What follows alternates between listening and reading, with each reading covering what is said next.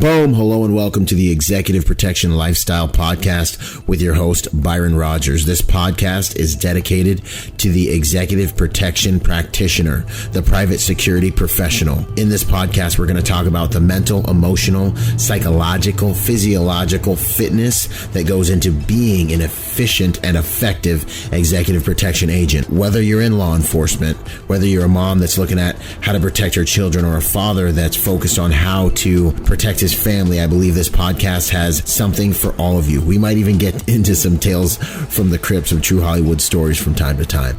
I'm doing this podcast because I feel the reality of this job is simple.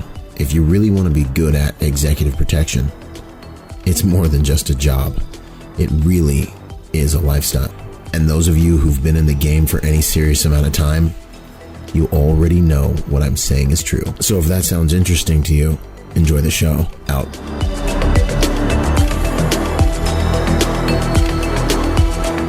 Boom! Yo, special announcement. We've got the very first Protector Symposium coming up this November 15th and 16th.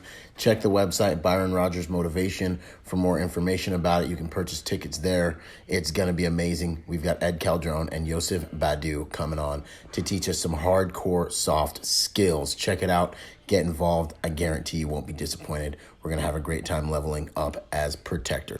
So check the website, ByronRodgersMotivation.com or ExecutiveProtectionLifestyle.com for all the details and to purchase you and your security detail, police department, or family's tickets. Out. Boom. Hey, what's going on, you guys? Welcome to another episode of the Executive Protection Lifestyle Podcast. I have got a guest with me today, and it is quite an honor to have him with me. I've got the well-known Jerry Hine with me. How you doing today, Jerry? Real good, Brian. Thank you so much for having me on. Absolutely. Absolutely. I feel it's an interesting feeling because most of my career, I've been working, so I don't really know. I haven't really gotten to hit the training circuit, and I haven't really gotten to meet a lot of like the who's who in the industry. And I don't know, when I met you at the Close Protection Conference, I was kind of like, this gentleman feels like someone real important. And always I try to lead with respect, but I was just honored to be able to meet you and shake your hand and all the stuff for the contributions you made to the industry. So I want to say that. Well, I've been fortunate. I've been in the industry 40 years. Yeah. I like to remind people I got in before Al Gore invented the internet. Yes. And before cell phones. So, I mean, we used string with cans and. Golly. So I've been around a long time, and I feel fortunate to be in the industry. So I'm just happy to be here. Hey, awesome. So, like for me, it's hard to even, and it sounds, I don't even want to say it, but it's hard to imagine doing this work without technology, without a cell phone, without a map, a digital map that's telling me everything I need to know. Wow. I don't know, real quick, like what was it? Was it a different feeling? Was it we'll get it. We have an itinerary, but just real quick, like if you were going to describe it briefly, what would you say the most major changes were, or the major standout things were? Well, our advanced work was a lot more tedious. We couldn't do, in a way, too much pre-advance. We couldn't go to Google Earth. We couldn't go to the internet and scour things. So we had to use a telephone and call people. You had to use your imagination in terms of, for example, I'm going to London and I'm staying at a particular hotel. I would call a contact in London and then they would tell me about it. And generally, we would hope that we would have more time to go there to physically gather that information. A lot of phone calls to gather information and faxes. I was around when fax machines came out, I guess. But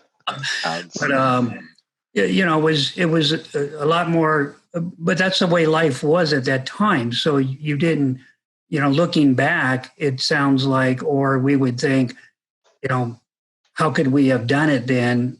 We live without cell phones. We use landlines, and we just didn't have the internet. And I mean, boy, even early days of internet where you had dial up and, would take a lot more time and there was a lot less information available, but that's the way it was. And that's how you did things. It's, so, at that time, that's the way it was. Even now, I'm sure with all the apps we have in 10 years, some new guys coming in the industry will say, oh my God, how could you do it with 4G, or 5G phones, or just what we have now. They'll probably laugh about it, but that's the way it was. We had huge walkie-talkies. We called them bricks because they were bricks, big Motorola MXs, and we didn't trust them. Trusted line of sight better. If you were around the corner of a building, you thought, I might not get the signal. Let me go see where I can see the car, So wow, different time. Yeah. Different culture. And then as technology came along, you adapted. I remember I was the cat's meow when I had a tri-band cell phone, to go into South America with, and it still gave you fits. It was tough. It's what a joy now. One phone, you could travel. I went to China just recently. I was in Japan. One cell phone. Oh my God, it's just amazing. Wow. Yeah, that's definitely, it's a lot to think about. But I guess because you're living your life that way, to do the work that way isn't so much of a stretch.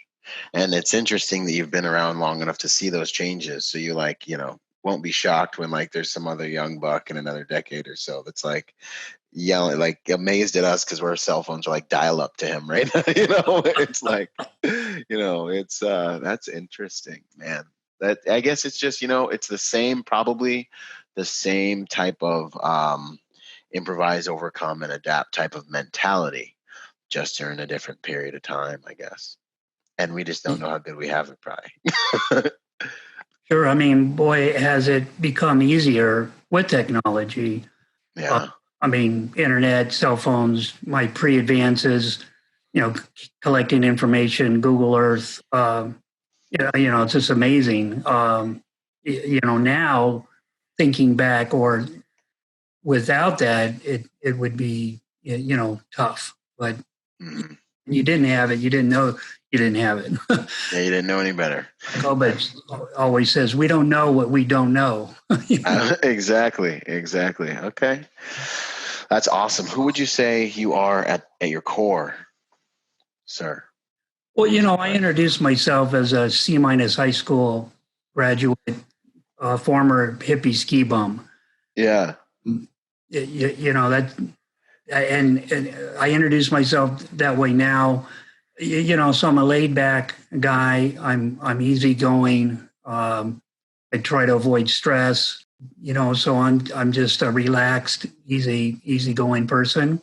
I try to give the benefit of the doubt for folks, and I know people are human, so I'm tolerant of mistakes if they're innocent mistakes. But when somebody repeats mistakes or something like that, but I don't put a lot of airs in who I am. Sometimes people say, "Oh my God, Jerry, you own EPI and you're around all this time." Yeah, I'm old, and things. I've taken a lot of training and things like that, but I'm just a laid back, easygoing guy. That's me. Wow, that's awesome. You have a very gracious kind of aura to you. That I'm thinking that's probably tempered by a lot of experience and seeing things and seeing people try hard and seeing things rise and fall. Probably. One thing that shaped my who I am. I was an angry young kid. I was a military brat. I was the youngest. I thought I had it tough growing up. I got into positive thinking, and one book changed my life. It was Think and Grow Rich by Hill. My brother introduced me to it, and almost on a lark, I applied some positive thinking once in a very negative situation. And the situation completely, the outcome was completely changed.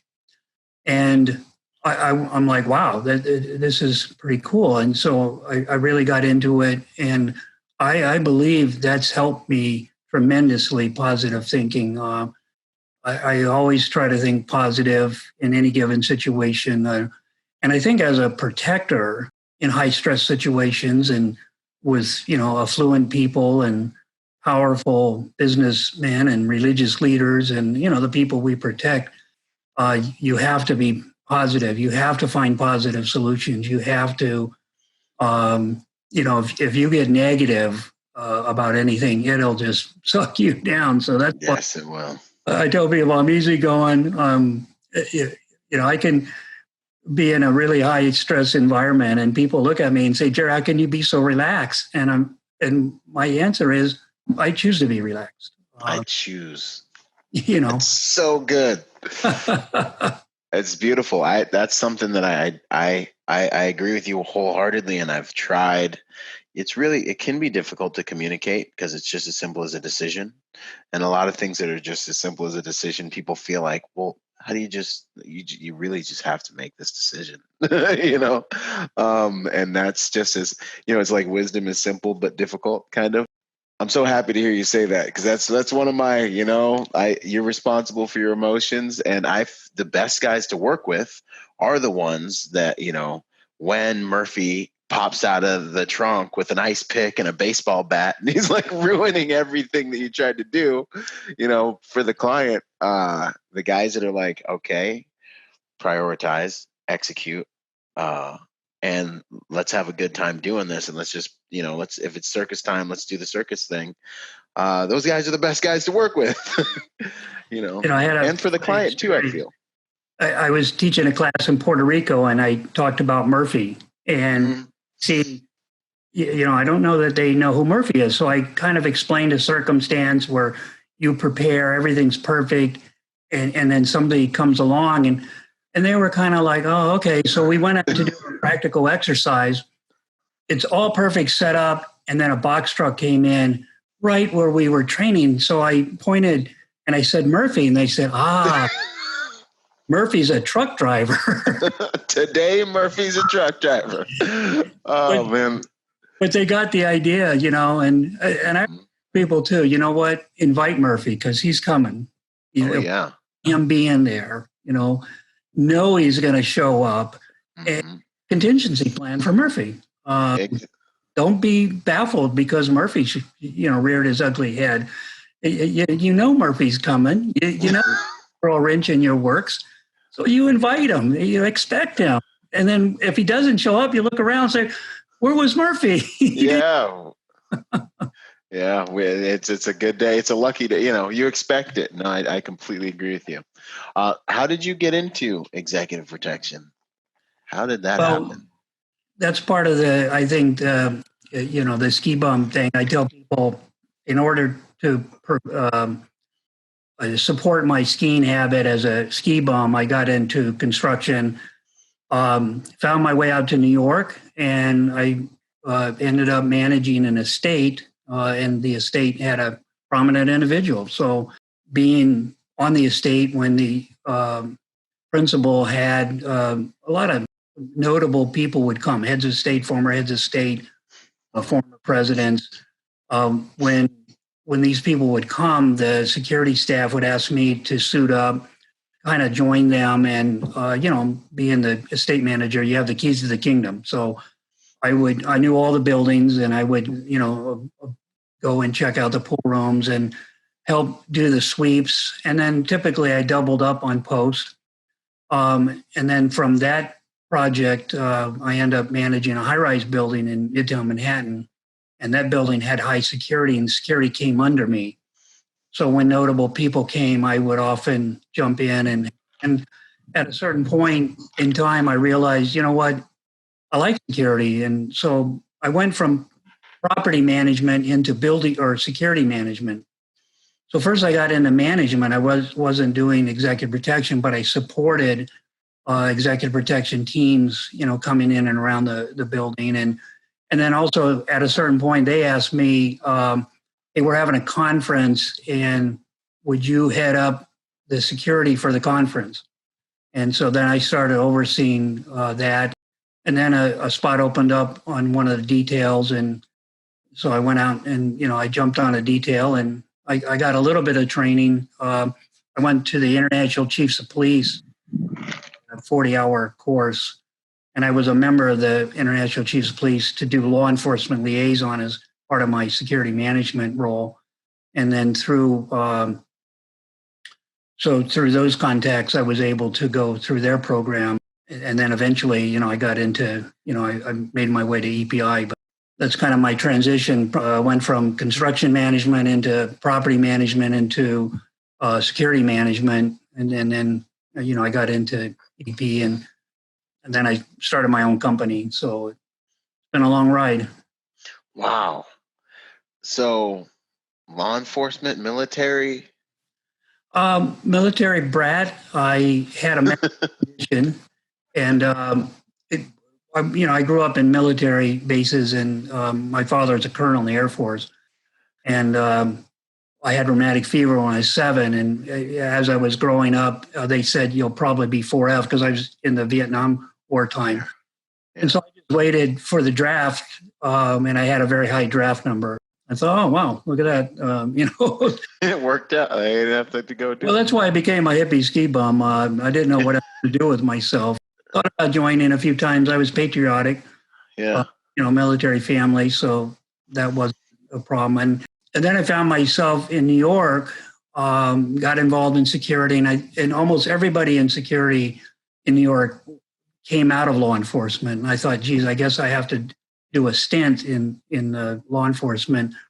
So I decided, I'll join NYPD, and I went down and applied, and they said, you're too old. Oh man, you were old back then. No. Gotta be 28 years old. Really? At that time, you had to have taken the test before your 28th birthday. And I was actually 27, but the next test would have been after my 28th birthday. And interesting, someone said, well, take the test, be denied, and then later on, if they pass if they extend it, then they have to give you retro pay and retro time and things like that. And I was a part-time, I did auxiliary police in New York. I worked out of Midtown South, and we did patrol in Midtown Manhattan. And so I actually prepared, and, I kind of look forward to it. But I'll tell you, I had an interesting experience. Mm-hmm. Right before the test, at 2 a.m. in the morning, I woke up, and I'm dating myself. You had to have a punch card to go to the test. It was a computer punch card. They said, you have to have this card. Woke up, and I where's all my papers? And I had come back from the precinct, and there was a situation, and I helped out some police officers, and I put my paper on top of a car. So at 2 o'clock in the morning, I went down and I found all my papers except the punch card. But at 2 o'clock in the morning, I stood at the crossroads. Yeah.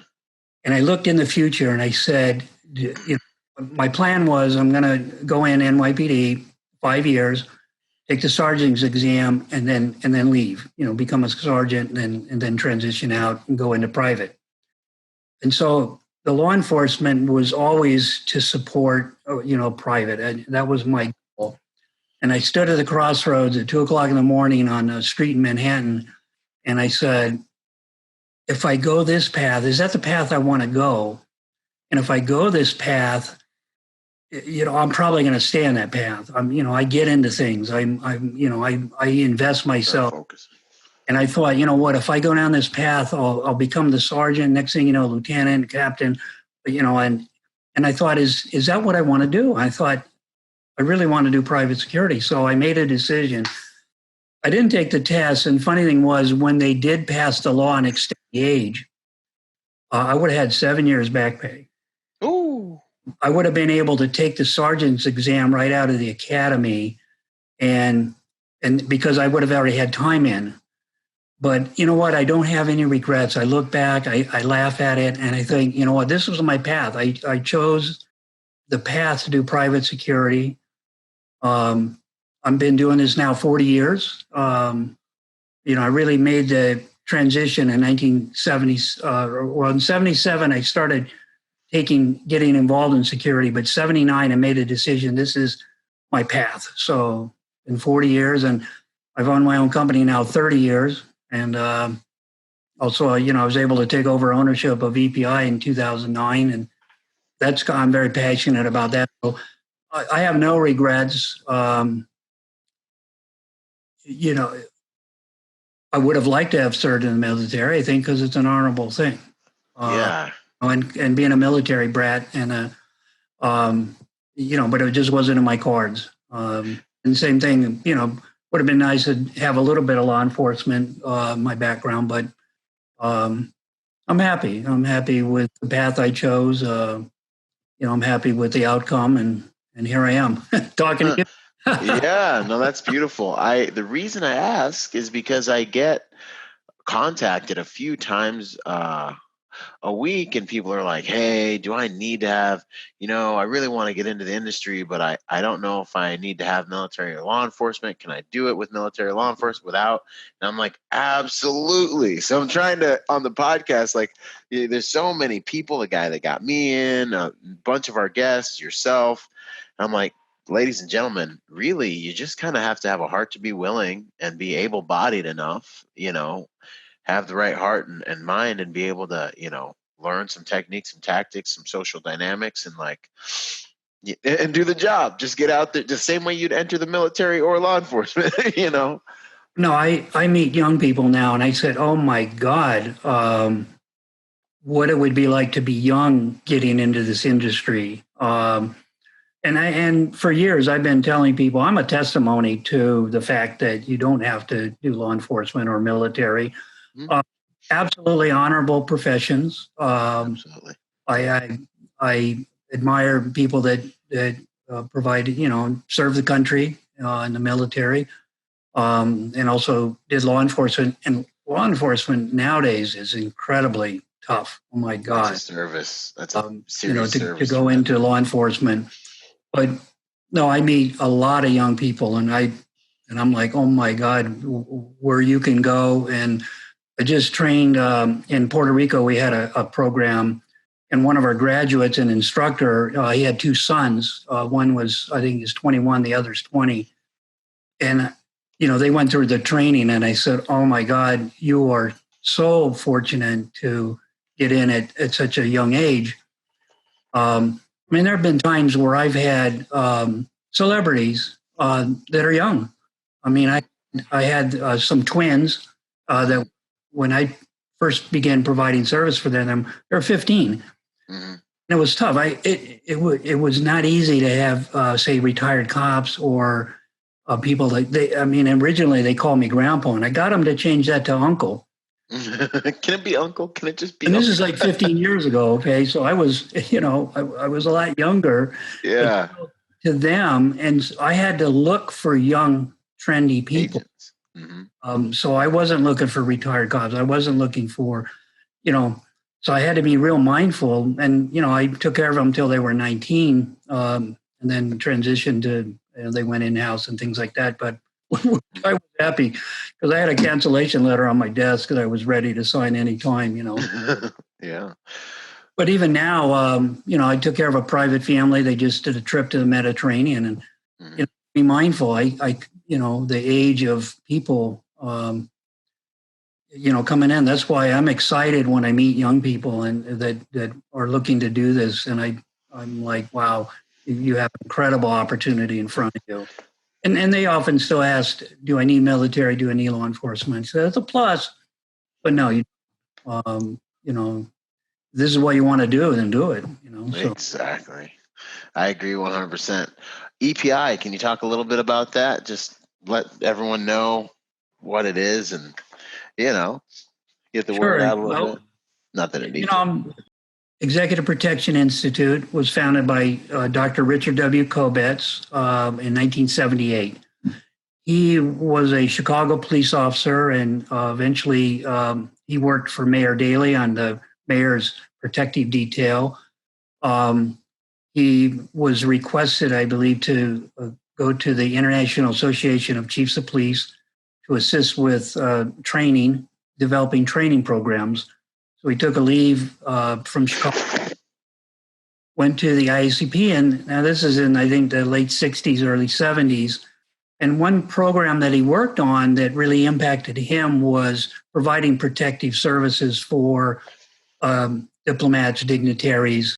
And a little bit about the IACP, it's an organization to help police chiefs around the world, international. And several friends of mine were police chiefs, and they had small departments, and so they don't have a lot of resources. So when we think of police departments, when I think of NYPD with 38,000 cops, but some departments, a friend of mine was a chief, and he had just a half a dozen officers. Another friend of mine in West Virginia was a chief, and he was also the fire chief. I mean, he had dual role, but they had to deal with meth labs and things like that, and making arrests. So the IACP was instrumental and is instrumental in helping small departments. So Doc began to study executive protection and what's available, and realized that there wasn't a great deal of publicly available training for the private sector. And so as he developed an executive protection training program for the IACP, then he made a decision, you know what, I think there's a real need for this. So in 1978, he founded EPI, or formally, and what EPI is best known for is a 7-day program that encompasses about 100 hours of training. There's a lot of people will imitate a 7-day program, but Doc has always brought in a number of subject matter expert instructors. So we start on Sunday night, introductions, and we get right into it. Finish Saturday afternoon, put about 100 hours of training in. It's done twice a year, every May and October. We've been doing that since 1978 until, in fact, we have a class coming up in October. And so there's been more than 3,000 graduates, I think, probably, and it's been held in other countries too.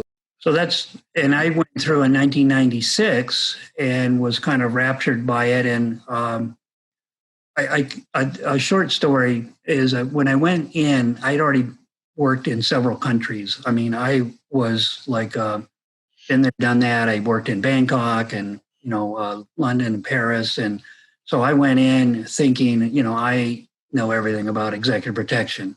Mm-hmm. And I had a very humbling experience, because the very first detail that I went out on, within 10 minutes, the principal, who was the instructor, took a time out and looked at me and said, "Jerry, what the hell are you doing?"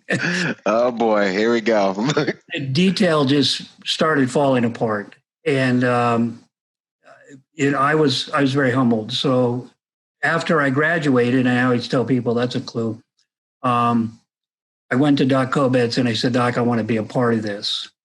And I was humbled again, because he looked at me and said, "Who the hell do you think you are?" And I said, "Doc, I want to be a part of this. I give out sandwiches. I'll sweep the floors. I'll be a gopher. I just really want to be a part of this." And so fortunately, Doc did a program every January in New York, and I began hosting him. And probably out of pity, he gave me an instruction block or two to see what I could do. And anyway, after a short time, he said, "Why don't you come down to the 7-day?" And I was very fortunate to become an instructor, at the 7-day with EPI.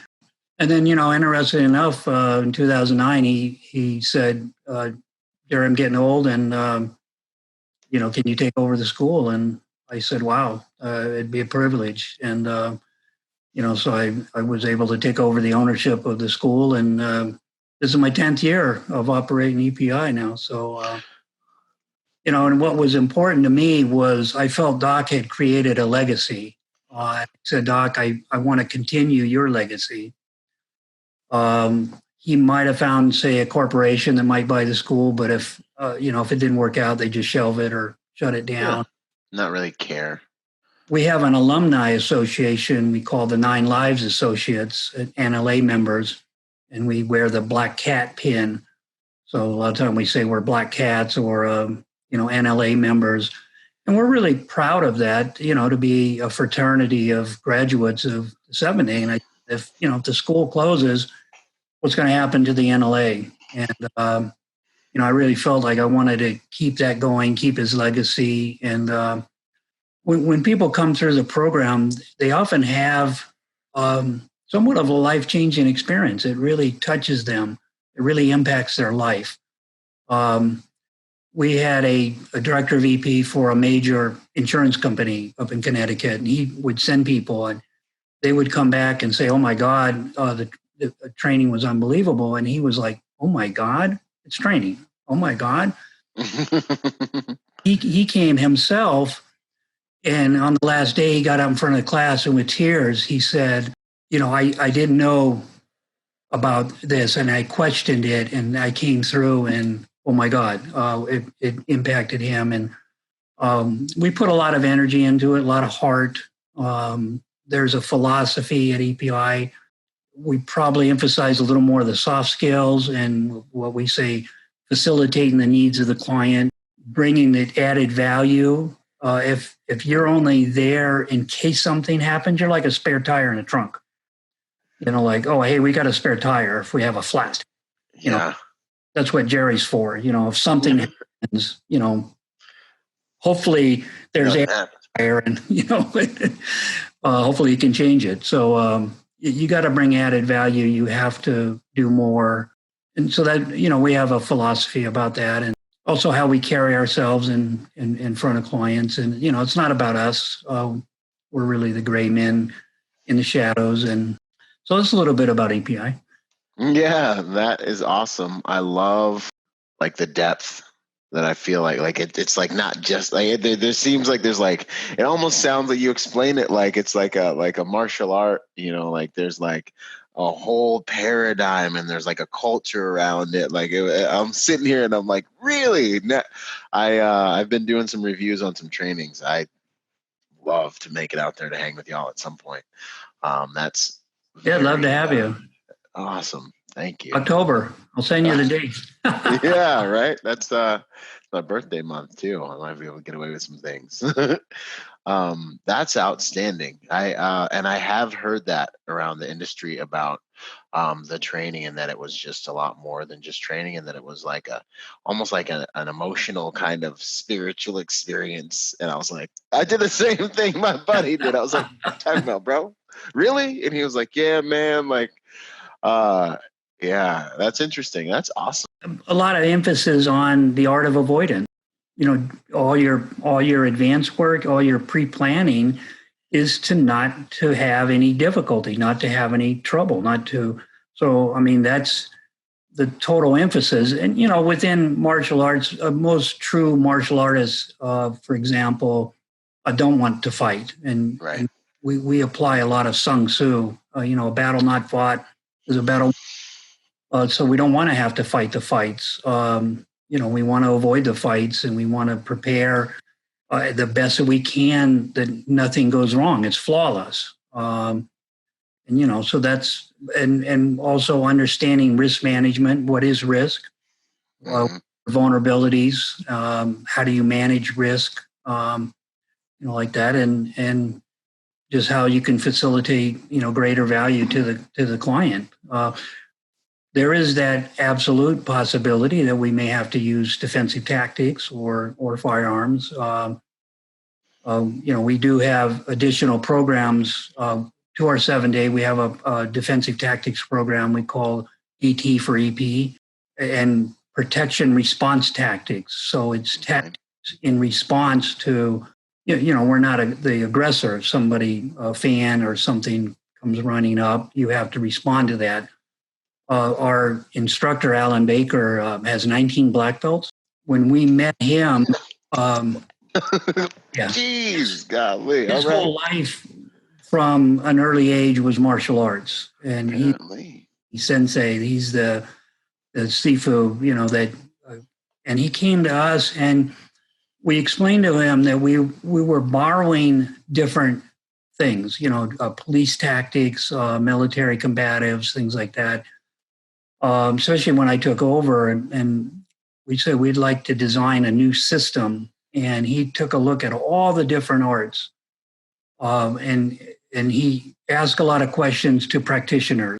And one of our instructors, he worked in Hollywood for many years, I think 15 years with all the A-listers. So he was in that environment. I've been with diplomats and religious leaders, and so we asked all the practitioners. A number of our instructors protect governors, and we're governors detailed. And he came up with 3 basic components, and one is soft controls, a hidden force, and then dealing with just assault tactics. When it goes down. Mm-hmm. But what he discovered in talking to all these different practitioners, most of the time we're using what we call soft controls. We're just controlling people, an aggressive fan, an excited fan. Mm-hmm. They've lost their mind because they saw their idol, their person, love, or the celebrity they love. And it's just a matter of controlling them, maintaining them, and redirecting them. And then we have to use a little hidden force. We have to wake them up because they're in la la land, and and one is, in today's age, everything we do is under scrutiny. There's camera on us. There's people. It could be live streaming or it's going viral. So we have to be so mindful of how it appears, that how we're dealing with somebody, even if they're being aggressive or. And another consideration is we're facing people that are studying MMA. MMA is a sport, and was in a club, and somebody comes up and they've had a few, and they think that they know something or two because they've been working out with MMA. So we have to know we may be dealing with somebody that has been studying MMA. So how do you deal with that yet and not be the aggressor? When the good thing about MMA is sport-based, and we're not sport-based, but nonetheless, we have to be mindful of that camera, that ever-present camera, and we want to diffuse that, the best that we can. And obviously, we only want to use physical force when it's necessary. So we have a firearms program called a Protector's Pistol Course, and I'm the chief instructor, and my emphasis is precision shooting. So we start out very slow and methodical. We put up 1-inch dots, and we work on getting people to put every round in the same hole. We have a new technique and methodology that we've increased. Most anybody comes to our program, we can increase their ability. We get some people where we tell them we're going to put up a 1-inch dot and you're going to put every round in that hole. And they pull us aside and say, I've been shooting for 20 years. I can't do that. And say, well, give it a try. And very quickly, sometimes even within literally minutes, we can dial people in to be able to focus on that. And outstanding. We have a very fun training method. I get to work the trigger.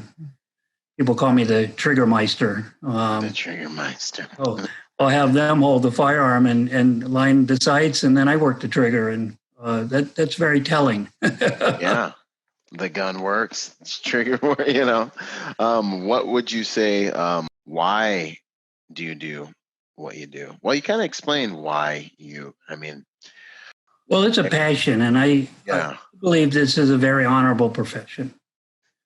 I'm not also mystical about the Ronin and samurai and things like that, but just I think modern day protectors were underappreciated by some, but I've worked with some private families now for 30 more years, and they appreciate you, and it's nice. I just manage a detail, and I send people to the Mediterranean, and I asked a client, did you want to provide a tip? And she said, I'd be more than happy to give them $5,000 each for, the trip. And I was like, I wish I was on the trip. Yeah.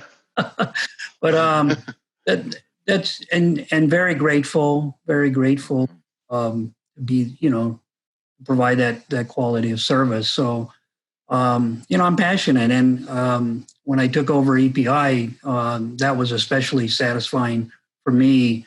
I'm a little bit older now, and I'm thinking, what am I going to do into retirement? I don't work so much myself anymore.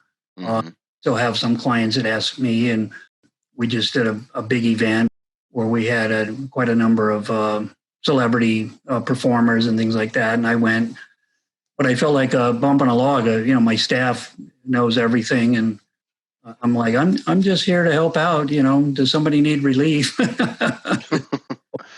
Yeah. But the training is, I think, I'm passionate about, and I'm a founding board member of the IPSB, the International Protective Security Board.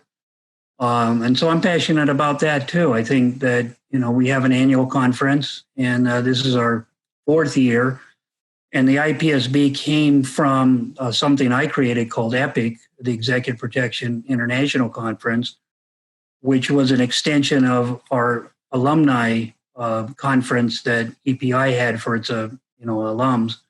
When I took over EPI, I asked Doc, I'd like to open the conference up, and he said, "No, I don't know if that's a good idea." And so I asked him about inviting guests, and he said, "Yeah, I can invite guests." So I went on social media and said, "You want to be my guest?" For instance, so we had 85 people come, and that was a lot more than normal. And we went public, and 105, 135, and then we partnered with another school, ESI, continued the EPIC for 4 years. Got to a point where we just under 200 attendees. And a bunch of folks came together and said, "Hey, Jerry, I think it's time to extend it beyond 2 schools hosting this." And that's when we created the IPSB. And we're getting ready for our 4th Close Protection Conference. And besides the conference, we're looking at what else can we do. And one thing that we're heading towards is helping to develop standards and guidelines for our profession. So outstanding. That's something I'm excited about. So absolutely. That's good. That's awesome stuff. That's all of it, man. That it has to be a passion. It's been a life journey, and one of the things that I'm also very passionate about is bringing, the honor back. Now, I don't know if it needs to be brought back, but just if I really feel like it's an honorable service that men have been rendering and women have been rendering since the beginning of time. And I see that value, and I really want to contribute to the industry in a way that fellow practitioners can have the standards. I want to help develop a more efficient, more effective, respectable professional. I want to contribute to that, So that's one of the reasons why I love doing this, is just getting kind of information out there for guys. Because I remember I had to figure it out. I was on my first detail at 21, straight out of Marine Corps. Client was like, pluck, like, this guy can do it, and I'm like, I've been to Iraq. Like, I fight somebody. Like, I had to mature into this whole thing, and by the grace of God, it worked out. And I still speak with that client. We're very close to this day after 10 years. But I really want guys out in the field that be able to have resources and kind of the same types of things, standards and places to go and look for some guidance. What would you say? So it's just awesome to hear you talk about protectors, and all that stuff got me fired up. What would you say about what does it take to truly make it in the executive protection industry, or if like, what kind of characteristics, or if you're going to maybe describe like the perfect agent, in some way, but like, what do you think it really takes to do well in this industry? Well, one thing that impacted my life again was the positive thinking, and I think also I shared the story of being humbled at EPI, and I share that in front of every class at the very beginning of every class. Is that outstanding? And part of a continuation of that story was that I made a determination to be a student of this profession, to always be a student. So good. Always be learning. And so, and I mentioned, and we have people that are heading up governor's details, or we have people in major corporations and people coming in that, just came off a detail protecting a CEO. But I'm like, take your EP hat off and put your student hat on and, and learn. And so one thing that I encourage is, every detail is a learning opportunity. I don't think you can ever get to a point to say, I know everything, I've done everything, I've been there, done that, I know it all. I mentioned early on in this podcast that Doc Colbert said, we don't know what we don't know. And the older I get, the less I know. Ease myself at how much I don't know and how I'm learning, and always try to be learning. I enjoy your podcasts, and I like also. Thank you. Executive protection lifestyle. It is a lifestyle. I think it's, and you equate, I think, some martial arts values, and I think a lot of us do. It's the honor. The three words that we use a lot at EPI is integrity, honor, and honesty. And there are some negative elements within our industry that we do have to deal with. And that's why when people come through EPI, we actually ask them to pledge and as a graduate to be honorable. And if you do something dishonorable and another graduate, makes a complaint, you may be removed from the alumni because you've done something that dishonored your members, and you're not in good standing. I love that. It's a little more accountability. Yeah, I think good. We do need, and one thing I'm passionate about too with the IPSB and setting standards and guidelines, we're the ones in the industry doing it, and so we have to mold and guide our industry. Who better to do it than us? There are some other organizations, and they put together a committee and say, hey, come up with some standard guidelines, and they issue them out. But we might be like, we know this industry. This is what we're doing. But I think a big part of it is that the ethics and the honor. And it's up to us to make sure that it's honorable and we remain honorable. And, I think it is a lifestyle. So I like that mantra, that mindset. Yes, part of my hippie ski bum roots too is I tell people, I didn't make this up, but we're spiritual beings having a human experience. So yeah, we're more than just EP practitioners. There's a lot more, and a lot more of our life impacts others and things like that. Yeah, that's awesome. Thank you. No, I appreciate that, because I start seeing differences in different agents, and then I think about the way that I live my life and the things that I'm doing. I was training all morning this morning, and I'm always listening to books, and I'm always learning, and it's like, if you really want to be good at this, it really requires a lifestyle. You can't just punch the clock and be like, all right, now I'm going to be a protector and I'm going to do this right. And then I'm going to go home. It's just not going to work. And you just don't do anything, everything from your physical fitness to the mind, understanding, how to navigate these things. Because you're going to see crazy things. You're going to be given access, way more access than people have. If your character is not even sharp enough, you're going to ruin it. Social dynamics, you're going to be in these circles with high-powered individuals. Some of them are going to be gatekeepers. You're going to be in the King's Court all of a sudden. You go from the barracks in the Marine Corps to the King's Court. You know what I mean? Thank God my mom taught me manners. Thank the Lord. My mom just spanked me and taught me respect. Those two things.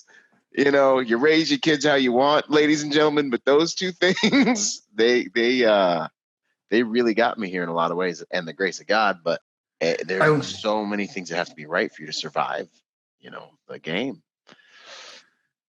I saw my dad, I think, at my mom and dad's 50th anniversary, and I told my dad, I said, Dad, the discipline was tough. I won't lie.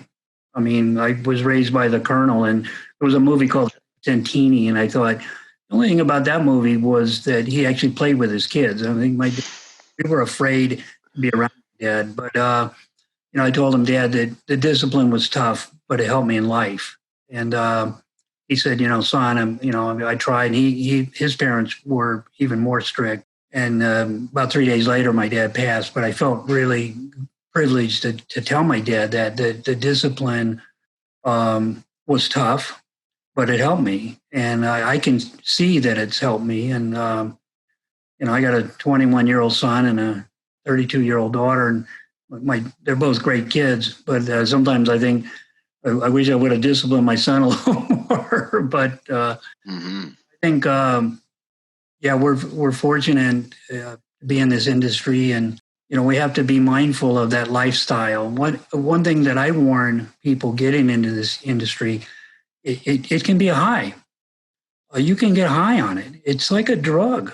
When you're floating around so true. Celebrities and you're going in and out of major events and red carpet things, and I remind people. I said, this is what you do as a profession. Then you go home. You take your armor off. Before you go in the house, take your armor off and, play with your kids. And, I've seen people get divorced. I've seen people that, because they get into the EP lifestyle so much that it takes over their life. It becomes life. And I tell people it's a profession. It's what we do. Don't let it consume you. And also that high of being with a notable person, don't believe that you're them or, you're living their lifestyle. Yeah. You're with them and you're around them. And you get to enjoy some of the fun about it, but don't let it consume you. Absolutely. The one of the things that I always talk about is, your client success isn't your success. Don't make an identity out of it. And it's true. It is a high, and it can go to your head when you're getting on and off the private jets, and you essentially carry your client's authority, kind of. So you show up, and it's, these are the such and such guys from this corporation, or, this is, such and such acting, singing talents people, and everyone starts running around, and it can be an ego trip. And the ego, when it's mismanaged, the ego can be so amazing. It can be, I'm going to do a good job because I'm Byron Rodgers, and this is my work product represents my name and my brand. Or it can be, I'm such and such who's, big macho guy here, I think that's why God made me kind of short, just to make sure I don't ruin it, but this, I haven't heard it articulated quite like that, but that lifestyle piece of when you are winning and you're in all the venues and you're behind the curtain and you're in the green room, and it's a slippery slope, and if you can't manage the humility in that, it's just a matter of time. Half the time I've seen, when I've been on details with guys that are really cocky, you have this moment where, like, you want to help them, but then you wait and you give them a little bit of help, like a breadcrumb or two, and you see what happens. And if they take it and they're like, then you might have a winner. But if it's going to be a battle and you give them a couple breadcrumbs and they don't take it, you just let them weed themselves out. You don't have to do any harm. You don't have to throw anyone under the bus. You just kind of let it play out the way it naturally does, because that's the way this game works. It's truly no, absolutely. That's I goof on myself, and often say I'm a C- high school graduate, former. I don't want to make a big deal about who I am. I'm just me. I'm a goofy, laughable guy. I have fun. When I'm on details or when I'm working, I like having fun. I like to I have a habit of making my clients laugh. I feel like sometimes I'm the court jester.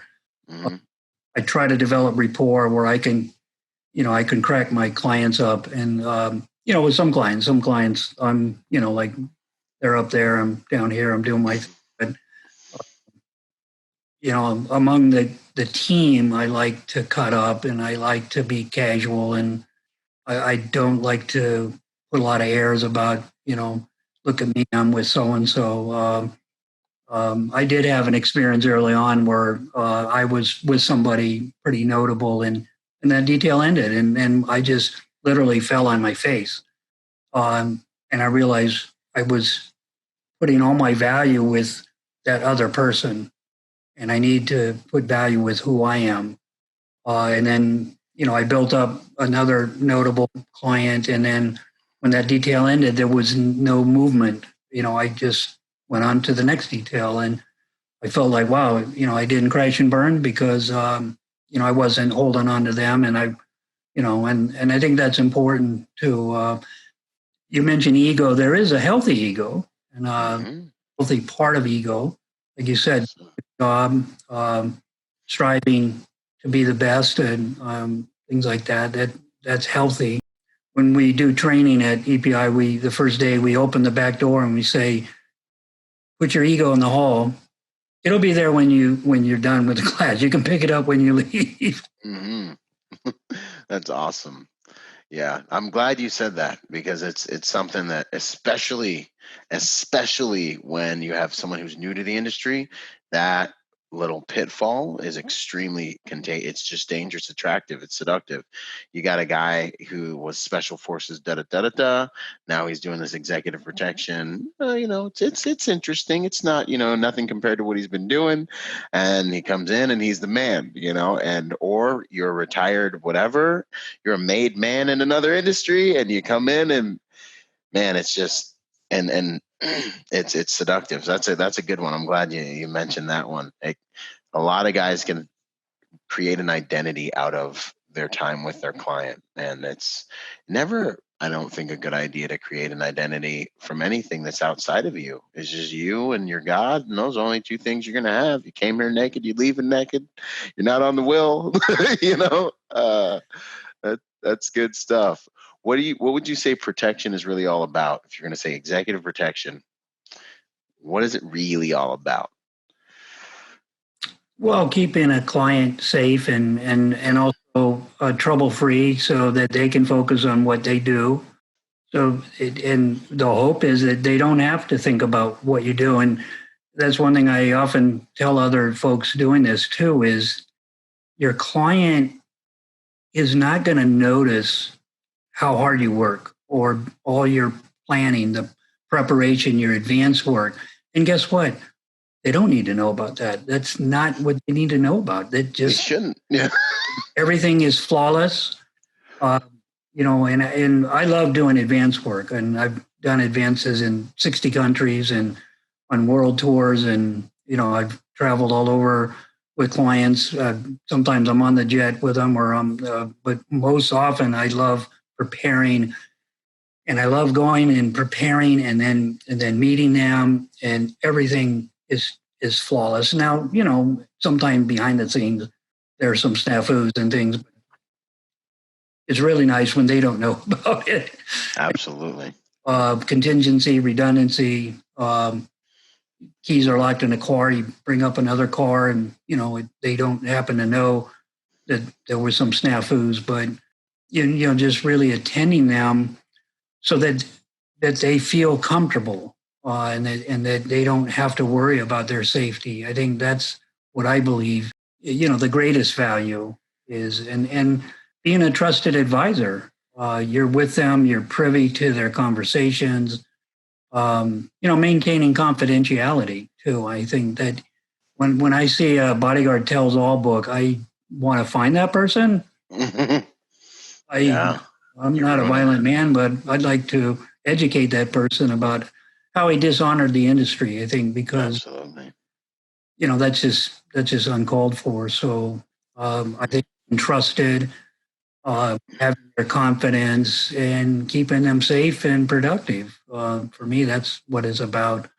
So that they don't have to think about, things that are going on. It's just, everything is arranged for them, and, they don't have to worry about their own safety. About anything.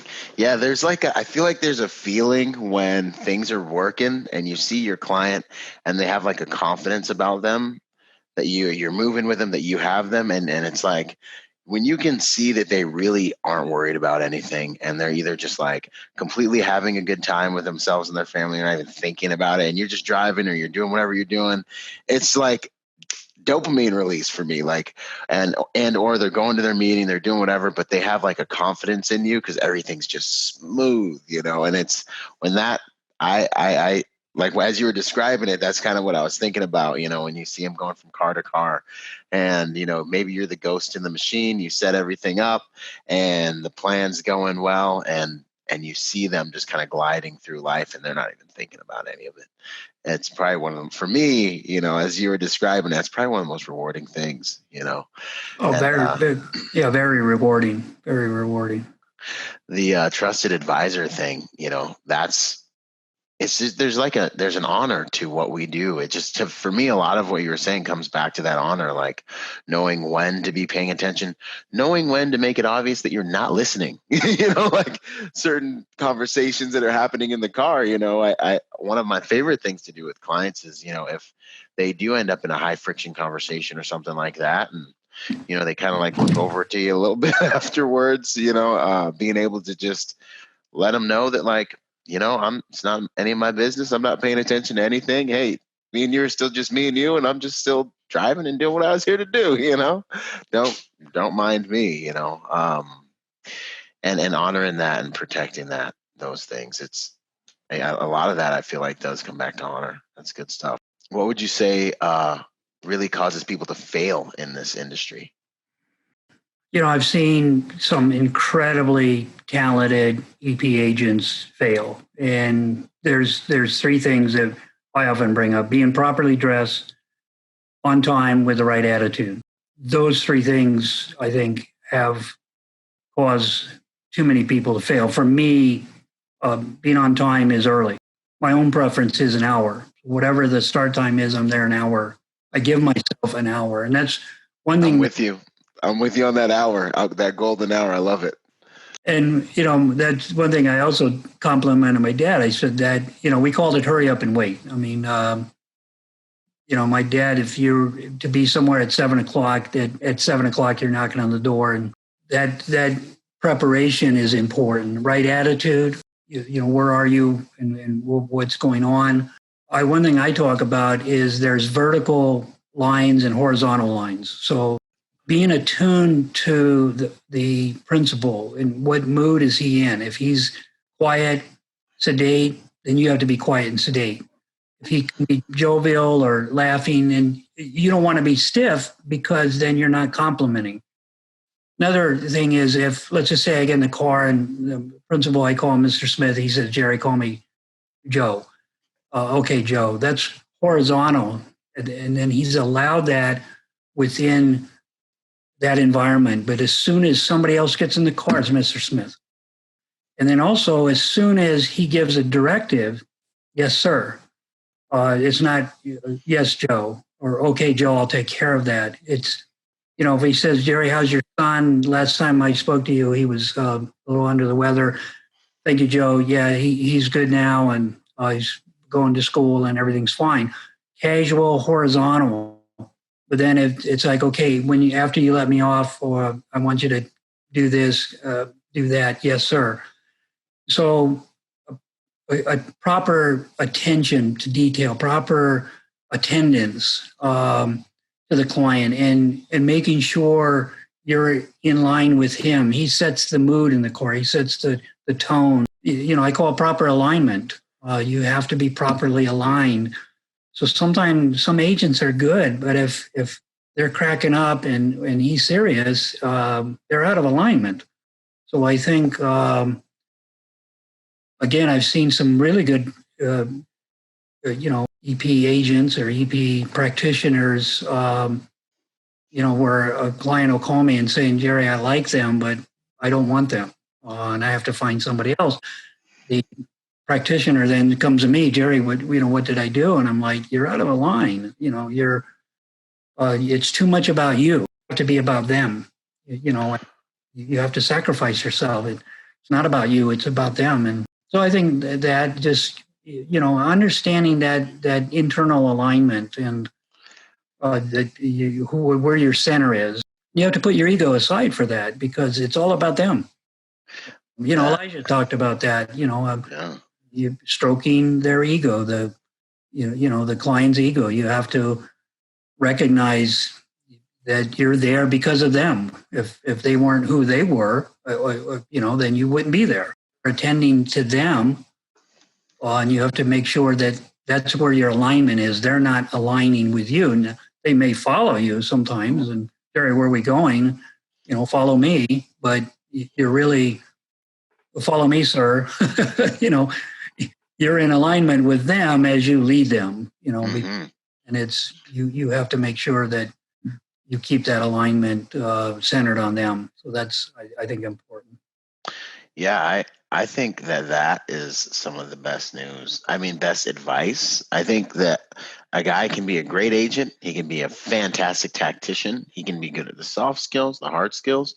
But if we can't get in alignment with the client on a frequent enough basis to gain social and cultural equity within that environment or within that relationship, that dudette is gone. It doesn't matter. You can make mistakes, but if you have the social and cultural equity, you know what? I really like this guy. You know what? Let's keep working with him. We can, he won't do it again, blah, blah, blah.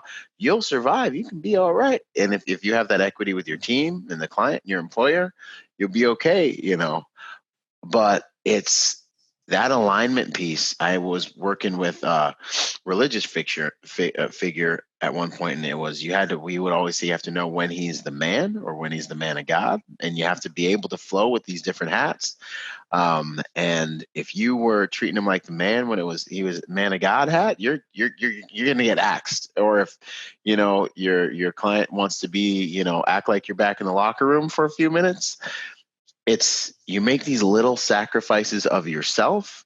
The whole game is really sacrifice and like intelligence and like, this dance. But and you're actually causing me to think about something I'm dealing with out in the field right now. And you're actually really giving me some good content because I know these things, but this articulation of these issues it's so good because you have to make these small sacrifices of yourself, of your ego, in order to make sure that client's getting what they need.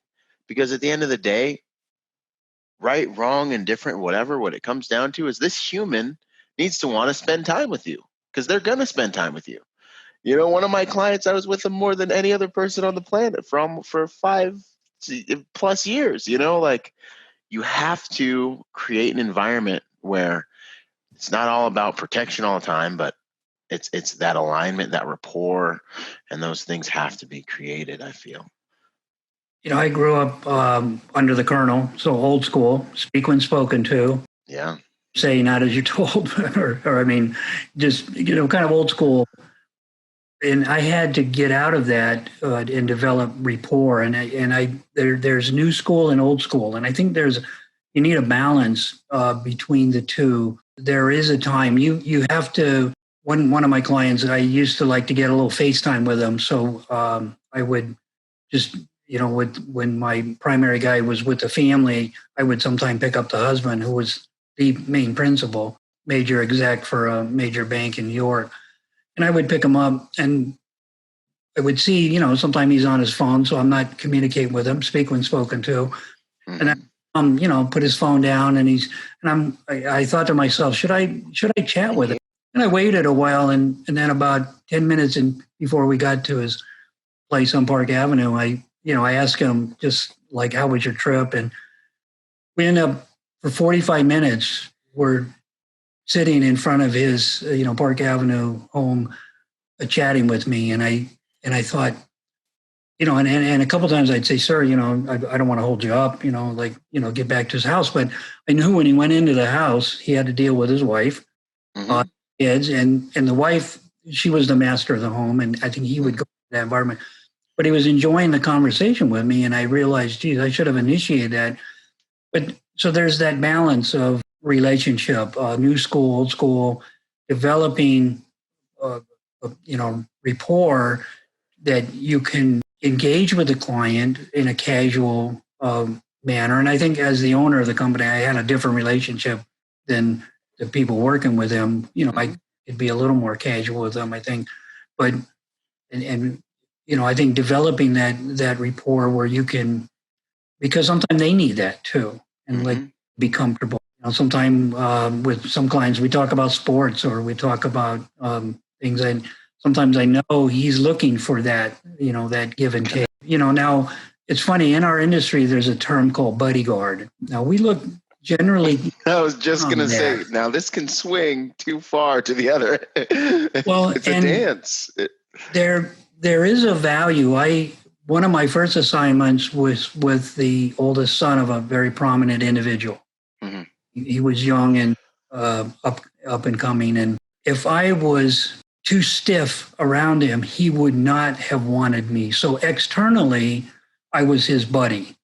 I went out and we would go to bars. He would drink and he thought I was drinking, but I wasn't drinking. I was pouring the drink and I was tipping the bartender to give me virgins. And, he would hold his thumb over the, the whiskey, and I'd make believe I was drinking. So I was my principal's buddy on the outside, but on the inside, I knew my role. I knew why I was there. I carried a gun. I had to, be sober. I had to be mindful of where I was and what environment I was, things like that. So there is a role for being a buddy. Because with some principals, if you're not their buddy, they don't want you around. They won't trust you. It's a fine line. I think the general term bodyguard is a derogatory term because generally it is derogatory. Or somebody, you don't know your place, or you become their buddy and you forget your role, you forget what you're doing. And that's a difference between, I think, a professional and maybe an amateur. Or somebody who gets the role because of a relationship, or they're hanging out and they say, why don't you make yourself available and be security? But, they're like the buddy first. But so I think there is a fine balance sometimes, and sometimes we need to be their buddies. I've done details with kids and, Barney details, as we call them. And I know that there are some people that don't like it, but I love kids. And what was interesting, whenever I was with the kids, I disciplined them. They did what I told them to do. And sometimes they'd be, I'm going to tell mom and dad, say, let's go together. Let's go together. And I wanted to drop the soda off the third floor balcony in the shopping center on some kids. And I didn't let you do it. Let's go. I usually got along great with kids, and, I disciplined them, or I wouldn't let them do whatever. This detail that my company just managed, that there were some kids, very wealthy, just, oh my God, spoiled beyond belief. And I thought, I'm glad I wasn't with them, because I would say, hey, come here, that ain't happening. You're not doing that. But when the parents allow them to do it, it's tough. So kids are a whole nother kind of, that's almost a podcast. I've seen kids wreck guys, and I've seen one quick common mistake I see with guys when they come on details with clients that have children is I call it stepdadding. They start kind of trying to stepdad, they try to they really think that if they get in good with the kids, all of a sudden that they're going to be good on the detail. But I feel like these clients have had people trying to get them ingratiate them forever. They're used to having people constantly trying to get into their circles and things like this. So when these guys show up and they start doing what I call stepdadding and trying to be come here, tyke, hey there, tiger, and trying to pick them up and put them on their shoulders, and the kid's what are you doing? I don't even know you. Why are you calling me names? I feel like it can create some serious friction, and I haven't seen a client like it. Usually they're just kind of all right, he's really trying to get in good with the kids. And then if you do have a stepdad situation where the client has remarried or something like that, and there is like an actual stepdad that's also trying to get the kids to like him. I've seen it, like it can kind of, the energy can get kind of even more weird. And I've found that, with the little kids, I treat them the same way. I'm professional, I'm friendly, I'm approachable. And, if they want to come hang on me and like climb and like have me pick them up and stuff, when the time's right, when we've crossed the normal social boundaries over time that can happen, then it's fine. But I feel like they can be a pitfall for some guys to try to find a shortcut sometimes into the client circle. You absolutely need the right balance, around kids. And you see, the dynamic. Sometimes the dad's, so focused on business, and you can't, I kind of take the role as I'm a big brother. I try to be their dad. I'm also not a spy, and that's another. Sometimes they'll do something out of order, and then I won't report it to the and I'll let the kid know, like, hey, that's between you and me. You want to have a working relationship with the kids. There's been some great movies about that, and you just have to find that healthy balance. I do know that there are some people that they don't like kids and they don't want to be around kids. And my suggestion is don't take those kind of details. But if suddenly a kid comes along and into the detail, they're a principal to take care of them. You'll find your way. Just be yourself. Just be yourself. Yeah, don't try too hard. The trying too hard I think is really what it really is. It's just you're coming from a place of inauthenticity with ulterior motives, and humans are naturals. We're all natural psychologists. Like social intelligence. Like people will detect that you aren't being authentic and you're trying to do something. It's an interesting dynamic. What would you say? If there was any one or two things you could drop to us about how you've lasted and had a fruitful career in this executive protection game? Well, one is, I think, being yourself. That's important. And you were just touching on it. And I've seen some people, I often say that dogs can detect if you're afraid of somebody. So if a dog can detect things like that, so if you put on your happy face to the client, oh, okay, and then they leave, and then you're like, a-hole. Do you not think that they can detect that? So, be a professional. Know your role. Make sure, and I really do believe in facilitating the needs of the client. Bring added value to you being around, so that you're not just there in case something happens. Do additional things. Earlier you asked, some people lose just the simple thing of carrying somebody's bag for them. And I get so many protectors say, I'm not a baggage handler. I have to keep my hands free. And sometimes they're unarmed. And I'm like, so you have to keep your hands free, for a while. You can't help somebody. Come on. Help, be helpful, Yeah. But be yourself, I think, and be comfortable within your own skin. Also, work around people that you want to be with. As soon as you're on a detail and you're not liking it, or you're not liking that client, find another detail. Mm-hmm. I find some people, they say, Jerry, I hate my principal. I hate being around them. I'm like, why are you around them? Well, the pay is good. If it's all about money, you're sacrificing, find another detail. That's it. I mean, you got to be comfortable in your own skin. You got to, I think that's the best advice I can give is know who you are, be comfortable, be yourself, and then facilitate the needs of the client, take care of them. And take joy in that. Again, I think it's an honorable profession. I remind people it's called servitude. It doesn't mean a servant, but servitude is of service. You have to provide a service to the clients. Don't misunderstand that. when you're serving a client that's something wrong with that. So I think that's awesome advice, because it really puts a finger on a lot of, let's see, how do I describe this? There are certain guys on my details that I love rolling with, and they're just really authentic. And this authenticity thing is really a thing. I find a lot of the executive protection is almost like dating. Like you kind of go out with this person, and you kind of got to find your rhythm, but like the guys that are like kind of more like, I'm not saying alpha like macho. I mean alpha as in really comfortable in who they are, and they just kind of present themselves because they know who they are. They know what they've done. They know where they've been.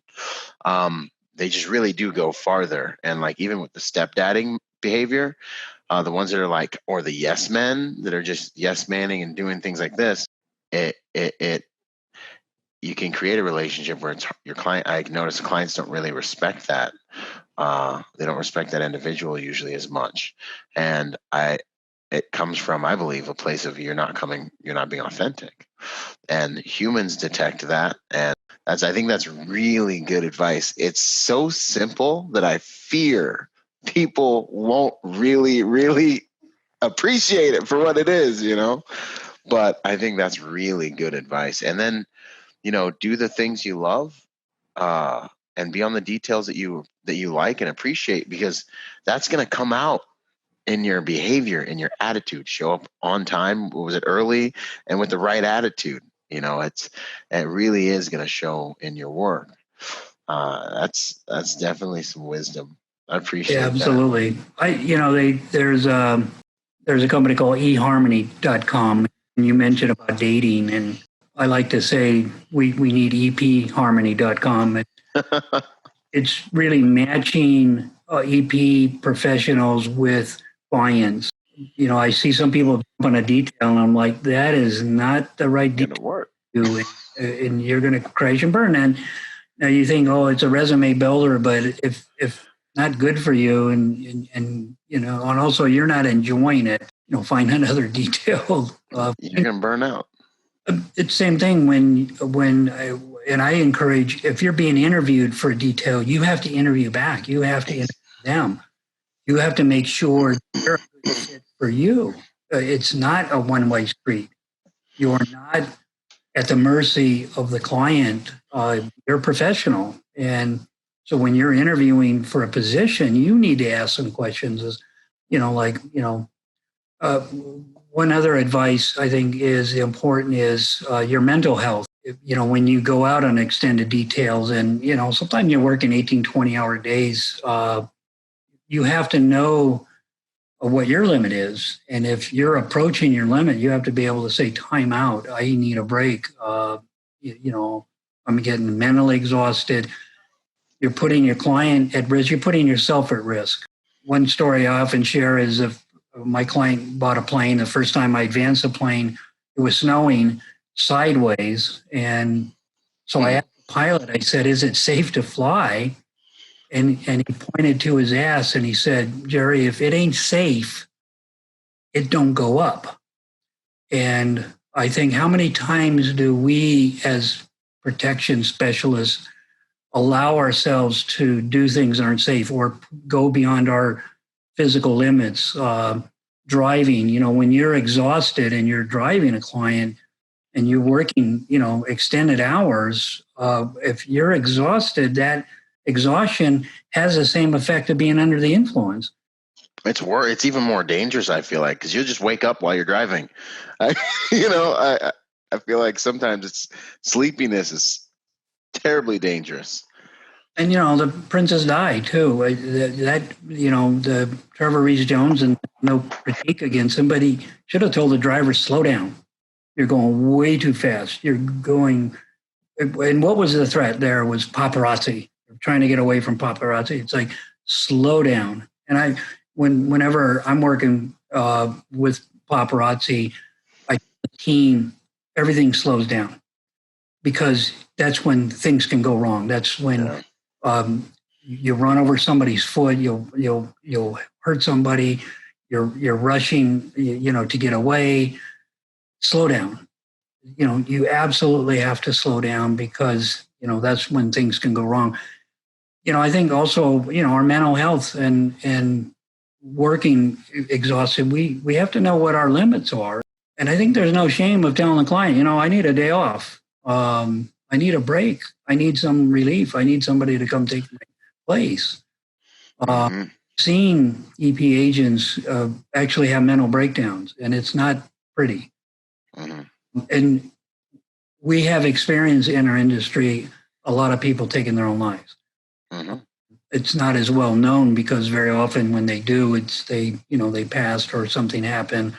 But I've seen, and been around people that have taken their own lives because of the stress that this profession exudes. But so we have to manage that. And that's one thing I tell people: don't let it consume you. Don't get caught up in it too. And you have to manage your own mental health.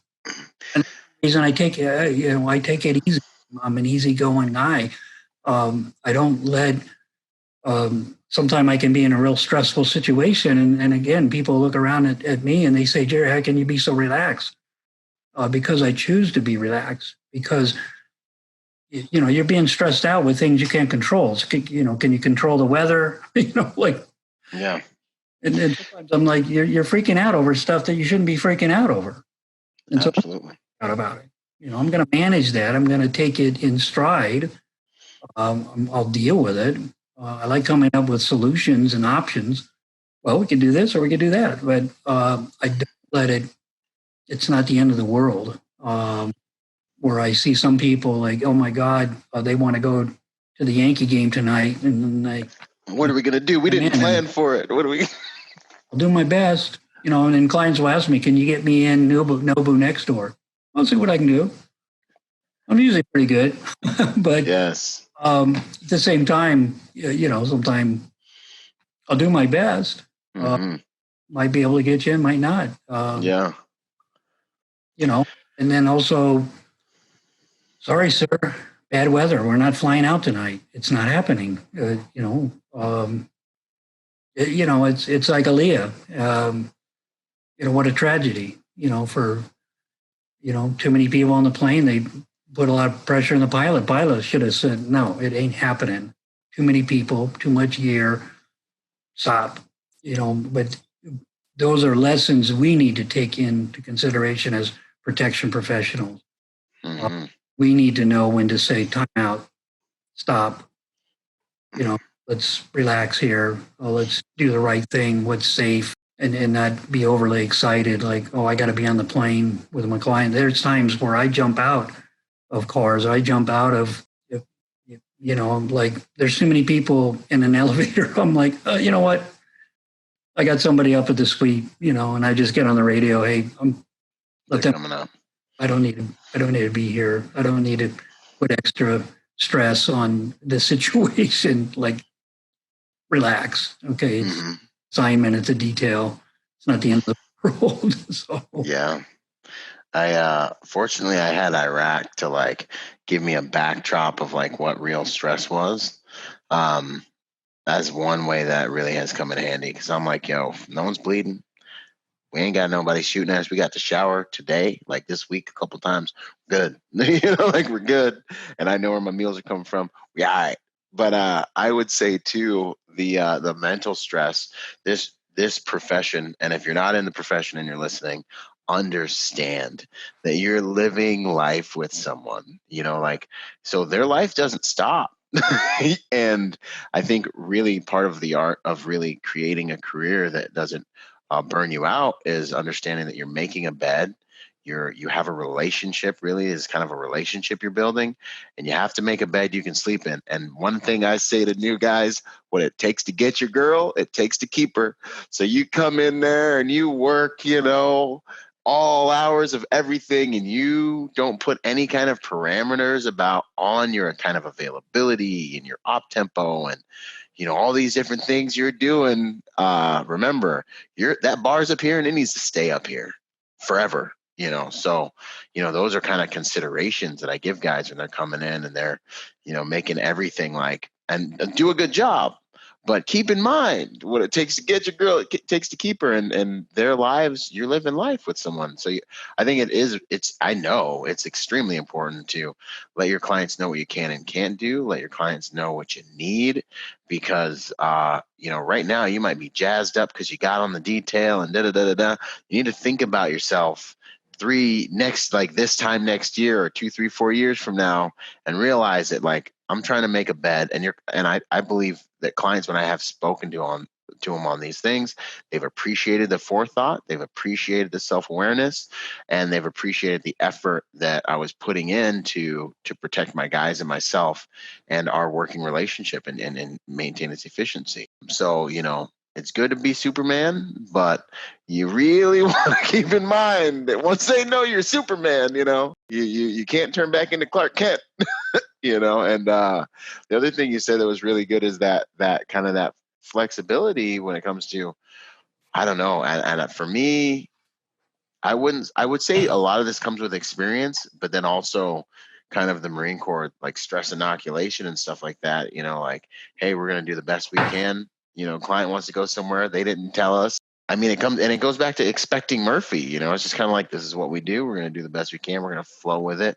Doesn't have to be perfect. We'll make it as safe as it is. And yeah, we're going to the Dodgers game tonight, and we'll see what the deal is next. And just that flexibility and that flow, and that, like, no one's bleeding. Don't come to me stressed out. We're just going to figure it out, and we'll do what we do. And that, I believe that's like just the best attitude to have going through, because then you don't stress yourself out, you don't stress anyone else out, and your client's going to feed off of your energy. So if they just want to go to Nobu with their friends afterwards, and you're over here like, making it a thing, it just makes you less enjoyable to be around. If you weren't there, think about how they'd be acting. They'd just be having fun with their friends going to Nobu. Like, don't complicate the thing. It's kind of how I always think about it. It's good stuff. Yeah, do your best, and I make my best effort. Like you said, Superman. Sometimes we're magicians. We pull off miracles. We pull out of small orifices, and we amaze people. And it's always nice that they recognize that. But when that becomes the norm, and then you're not able to do that, and then sometimes they're like, well, you got us in before, or what happened? But I told all my friends you could do it. Yeah, you do your best, and what limits do you have? So I think keeping yourself grounded, I think, is important. Knowing there are limits of what you can do, and sometimes you're asked to can you make things happen? I'll give it my best effort. It is exciting when you're able to pull off amazing things, and absolutely. It's nice when they recognize that. It's another thing sometimes when they don't recognize it, and like something incredibly amazing for you, and and they just get in the car and just don't even. And that's their life, game. And guess what? You do your best. Make sure you don't put too much on yourself, or have that expectation of recognition too. I think as a professional, you provide the service, you do it, and then you move on. Tomorrow. Exactly. Did you get paid? You got paid for it, right? Okay, yeah. Great. We see you tomorrow? Okay, great. Yes, sir. What would you say were the hardest lessons you learned in the field? Any, I don't know, catastrophes or just things that you learned, like, don't do this, the hardest things that you remember?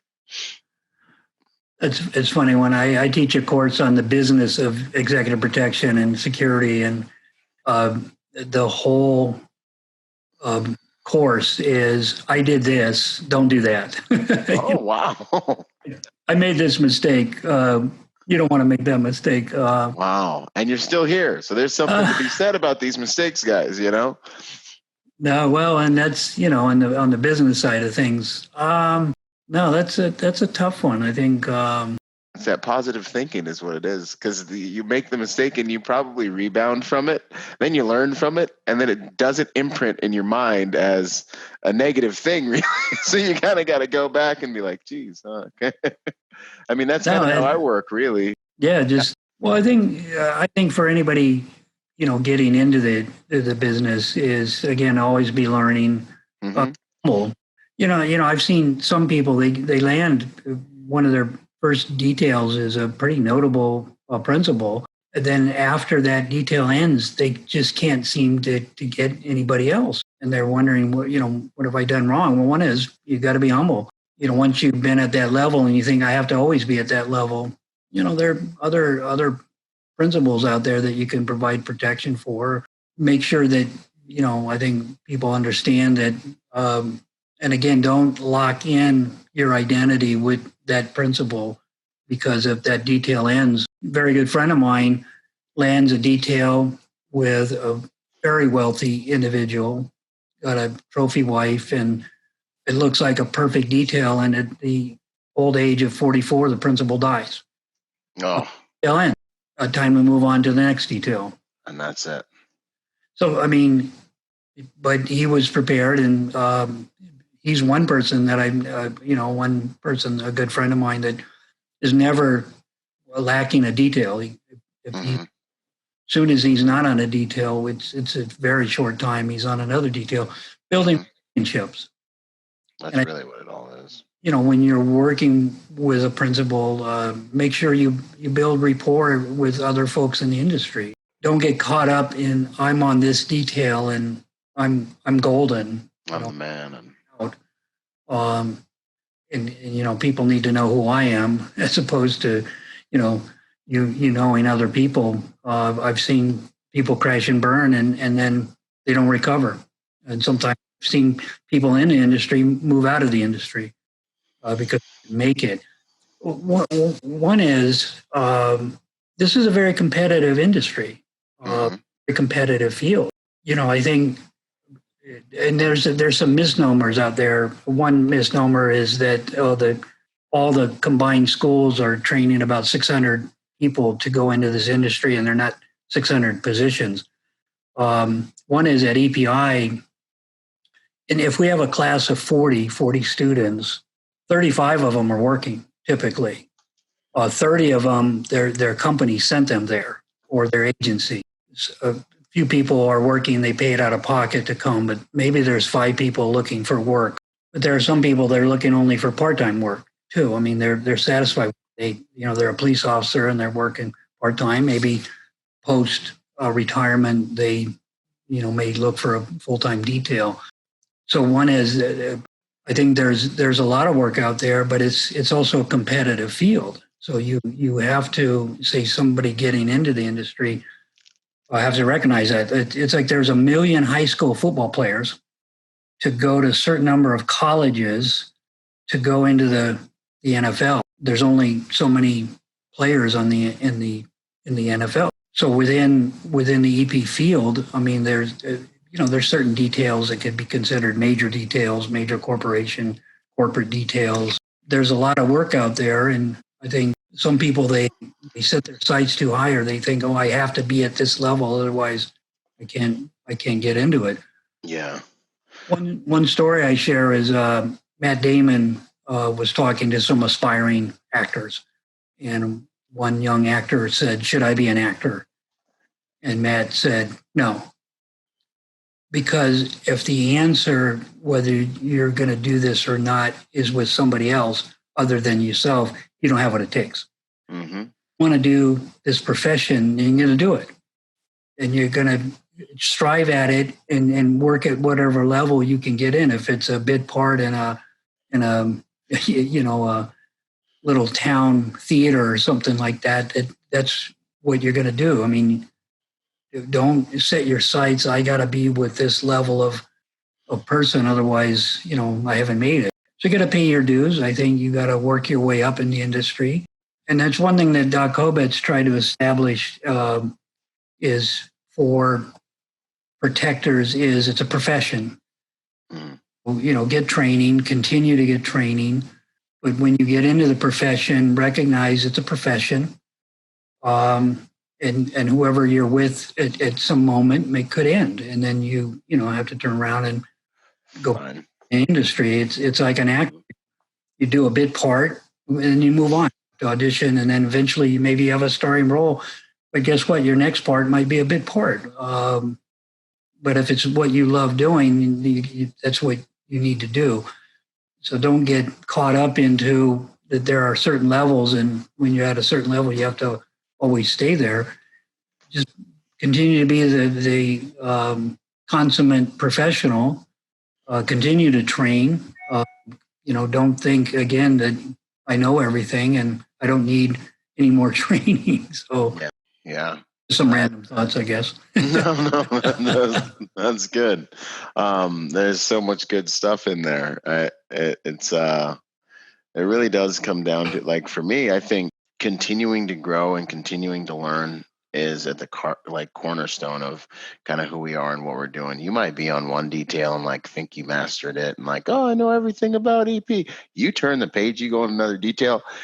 You are at ground zero. If you think you know, you're going to step on a tripwire and half of you is going to be like, you're going to be done, And I think that's huge in this industry, and so, yeah, you kind of have to continue learning. You have to continue growing. You can't over-identify with one client. You, especially just in like the private sector of it, it's always changing. It's always, feast or famine sometimes, So, and your power, your network, you got to be networking and demonstrating value to other agents so that that helps you find work and things like that. Absolutely. That and the competitive nature of it. I feel like now, a lot of people are lacking like good work ethic, and a lot of people are lacking just manners, and like I feel like what I've lacked in physical potency or ability, I've been able to make up in character almost sometimes. Like I feel like nowadays when you meet a solid human, it's like you can. I mean, I don't know. Like. Obviously, Bruce Lee, this y'all listening, absorb what's useful, disregard what's useless, add what is your own. But I feel like nowadays, if you can be a stand-up guy, you can shake someone and look them in the eyes, and you can let your word count, and you can, be dependable and reliable, you can really beat out a lot of the competition. If you can maybe be there for the right reasons, you can figure out what those reasons are, and hopefully these podcasts can help you do that. You can beat out a lot of the competition, I feel like, Do you have a proudest moment in that of being in this game? Well, I had a funny experience. My principal had invited a former president of the United States to come and speak. So I was waiting at the green room and heard the roll-up door open, and I thought, wow, the only time that roll-up door opens is for the president. This was at a hotel in Washington, D.C. So I walked down the hall and, I turned the corner and I see George Bush Sr. walking towards me. So, okay, nope, there's no agents with him. So I greeted him, Mr. President, and I guided him to the green room and said, sir, other guests will be arriving. And as different guests arrive, I would come in, Mr. President, this is so-and-so, and things like that. And my principal eventually came, and then the president went up on stage and spoke. And when he came off stage and came to the back, he would shake everybody's hand, and he got to me and he turned to everybody, oh, he's with me. And my principal said, George, he's actually with me. And he looked, he said, oh, okay, Jerry, thank you. And so I thought it was pretty cool. I mean, it was like, the president of the United States thought I was one of his agents. And, that kind of made me proud to think, wow, that's pretty cool. That's really cool.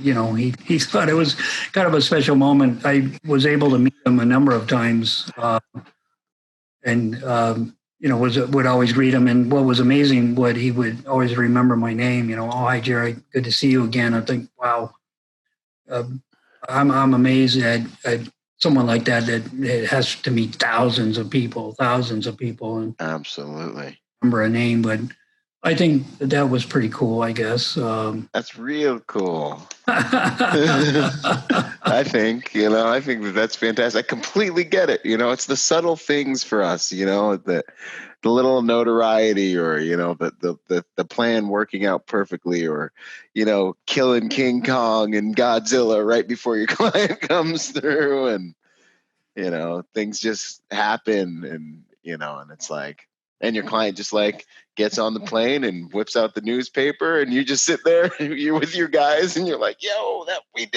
that worked out, That's good. That's good stuff. The evolution of the industry, what kind of things would you say about kind of how you've seen things change over the years?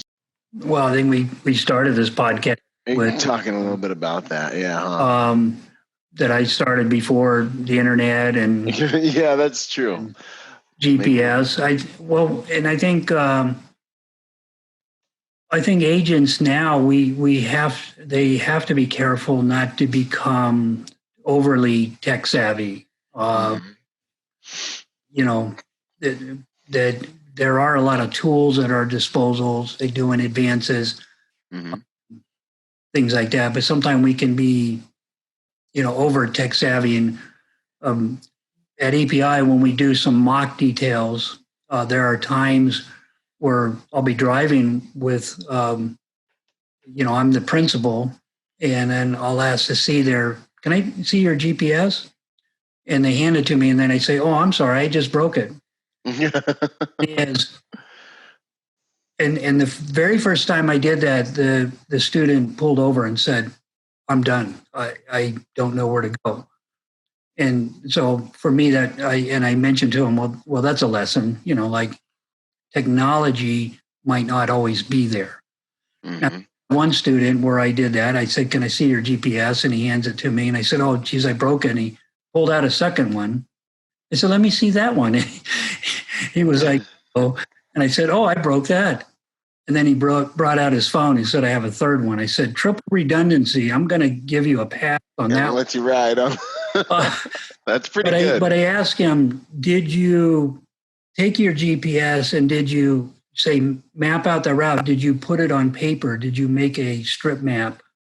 Did you make landmarks? Or are you totally dependent upon technology? Most of the time, and even myself now, if I go somewhere, I just put in the address of GPS. But from a protection point of view, are we over dependent upon technology? What if technology goes down? So one thing I would encourage folks is not to be overly use technology. Do them, map it out on your phone. Yeah, but do the pre-advance and all that. Make note of where you're going to be and what if technology goes down. I'm afraid that a lot of millennials that say maybe young folks that have come into our industry, if technology goes down, are they going to know how, where their car is and, how to get back to the residence or something like that. I mean, if you become overly dependent on that technology, what if it goes down? So becoming, the evolution of the industry, I think starting where there wasn't a lot of technology, I know how to use a map. Yeah. I know how to map my way on a map book, or when I got out of high school, I delivered appliances, and we just used the Thomas map books. You had to, figure the best. You had to figure out, how to get around on a map. I'm always happy. On a recent detail, one of the guys brought out a physical map, and I nicknamed him Map Boy, and I said, "Look at this, Map Boy's got a map, like old school, Yeah. But, so that there's been a lot of changes, and I think there's going to continue to be changes. We live in the information age, but we can be overwhelmed with information. Sometimes when we do our advance, to what limit are we going to gather information? When is too much information? I know. There's apps now, there's a traffic here, there.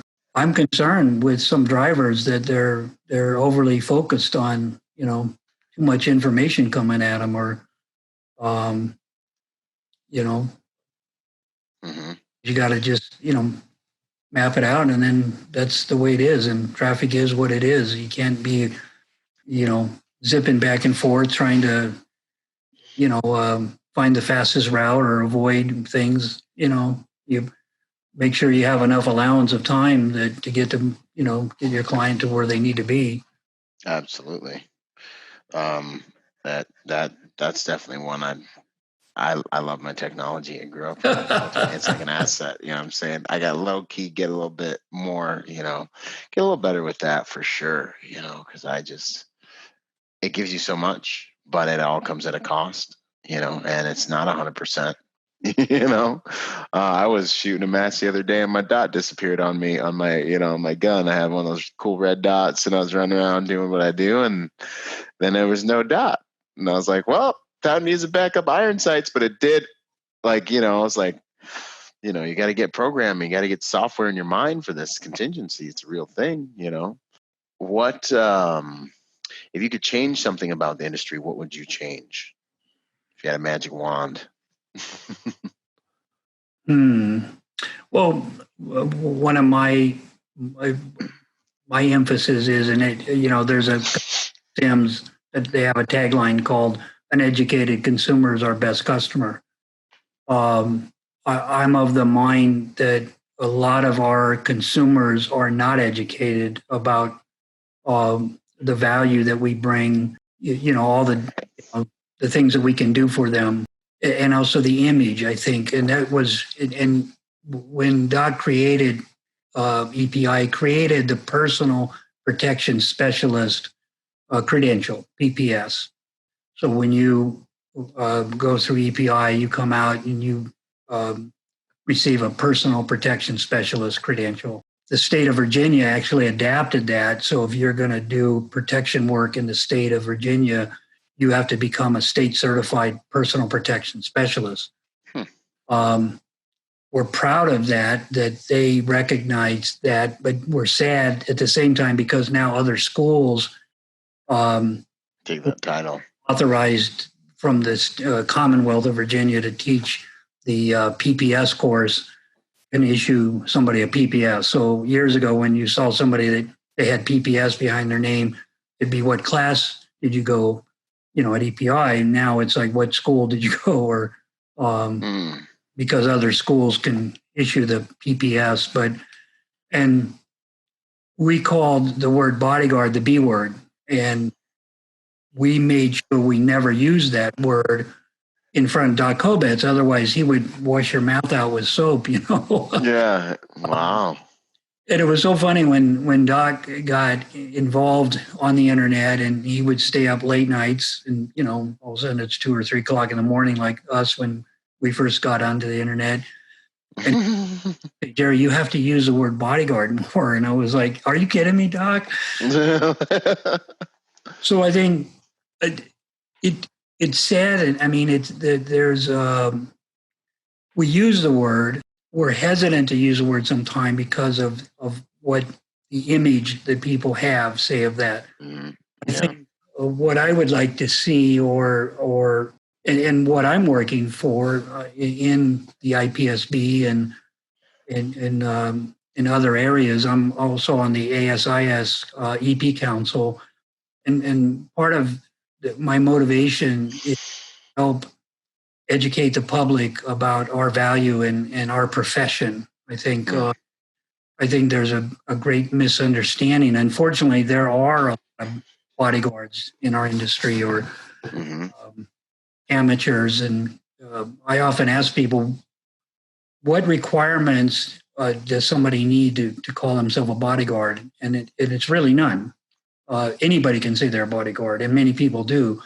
And then we try to emphasize being a professional protector as opposed to an untrained or unprofessional bodyguard. So what I like to see in the industry is education to the public, letting the public know that there are different classes in a way, or different grades, that there are some people who are bodyguards. But there are people that are professional protectors. So that's something I'm passionate about. I think I hope to, and I'm working on some projects that I hope help educate the public on our greater value as professional protectors.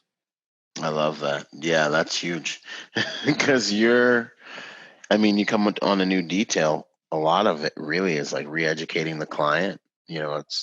Or if you're starting a detail for a client, or if you're, starting that relationship, a lot of the energy goes into just kind of repainting that picture of, this is what we can do, this is what we're here to do, this is our value, this is our presentation, and things of that nature. And you're kind of in it together, because on one hand, if you don't fit the client's kind of idea of what they think you should be doing, you can be looked at as being wrong if you can't also illustrate to them the value of what you're doing, as it relates to what they're expecting, so that educating clients is huge. And then, also kind of, I think what walks hand in hand with what you said is educating the practitioners so that they can, they can really evolve, and they can do that properly, and that they don't misrepresent us, out there. I feel like, sometimes I get on a detail, and I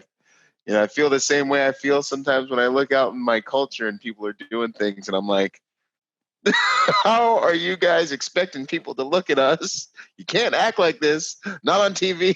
I'm like, stop, guys, you're ruining it. But sometimes I see some guys, and it's a lot of it's just that people don't know any better. They just don't know better, as they say. But also at the same time, I think it's like the law. You don't get a pass just because you don't know better either. It's your responsibility to educate yourself. And so, I never thought I'd appreciate being an educator, but I think that's what a lot of this is turning into, and it's actually turned out to be a very rewarding thing. Like, just to expand a little more, I see a guy, who really, he wants to make it, and then I see him doing something on like Instagram, and he's posting pictures and doing things, and I'm like, and I'm a social media, like, I'm a social media whore. I'm on there all the time doing things and posting pictures. But at the same time, you got to maintain your operational security.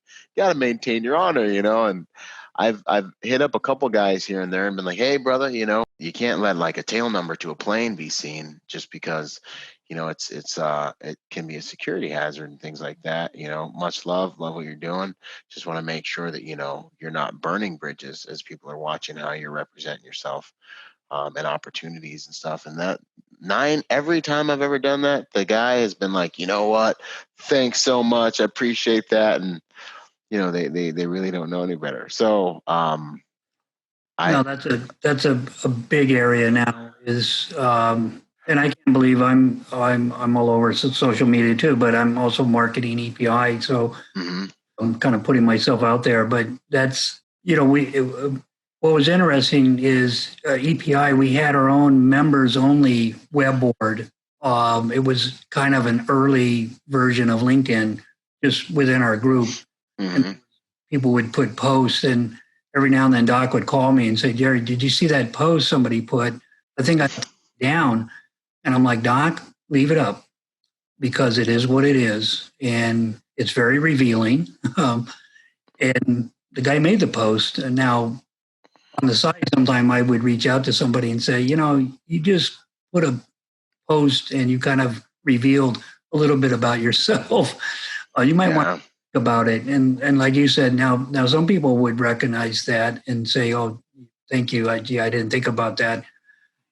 Now I think, you brought up about manners and things. I think there's social media manners. There's social media calls, what's appropriate. And I see a lot of posts that people post, and I'm thinking, I wouldn't have posted that.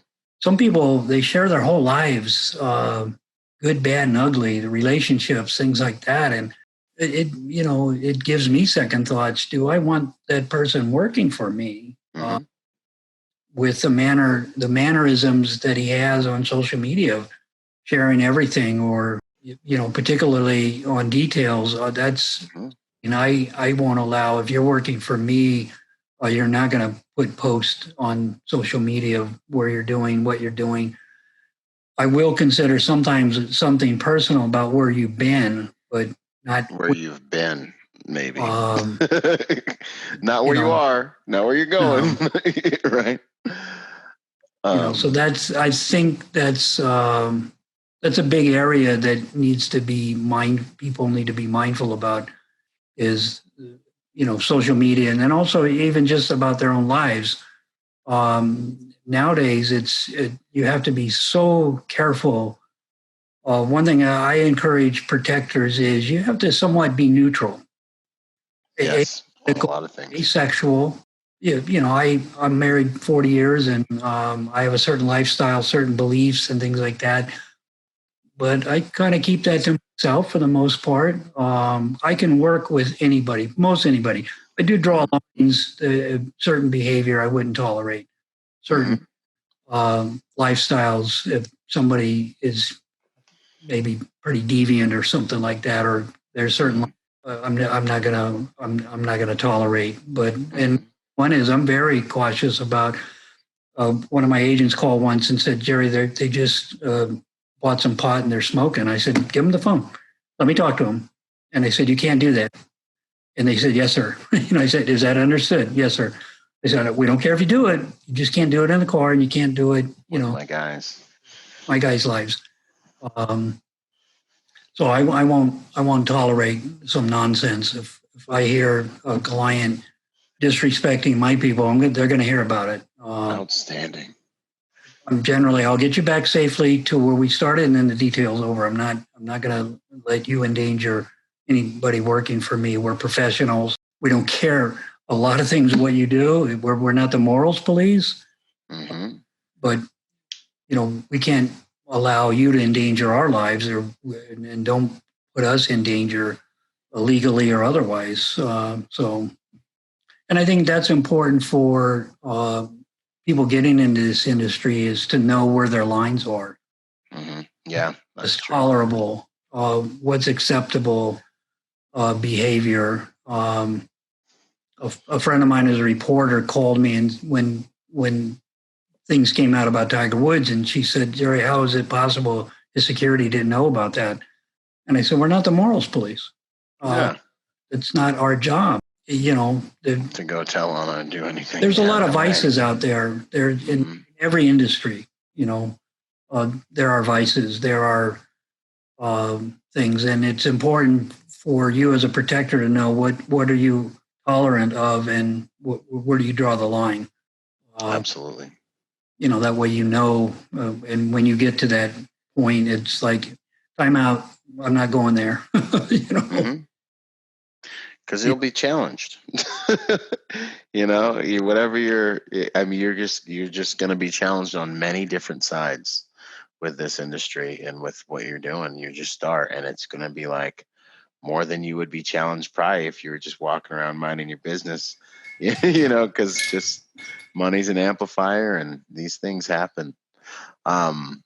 Advice to newcomers, to people thinking about getting into this industry. Well, and that's important. And I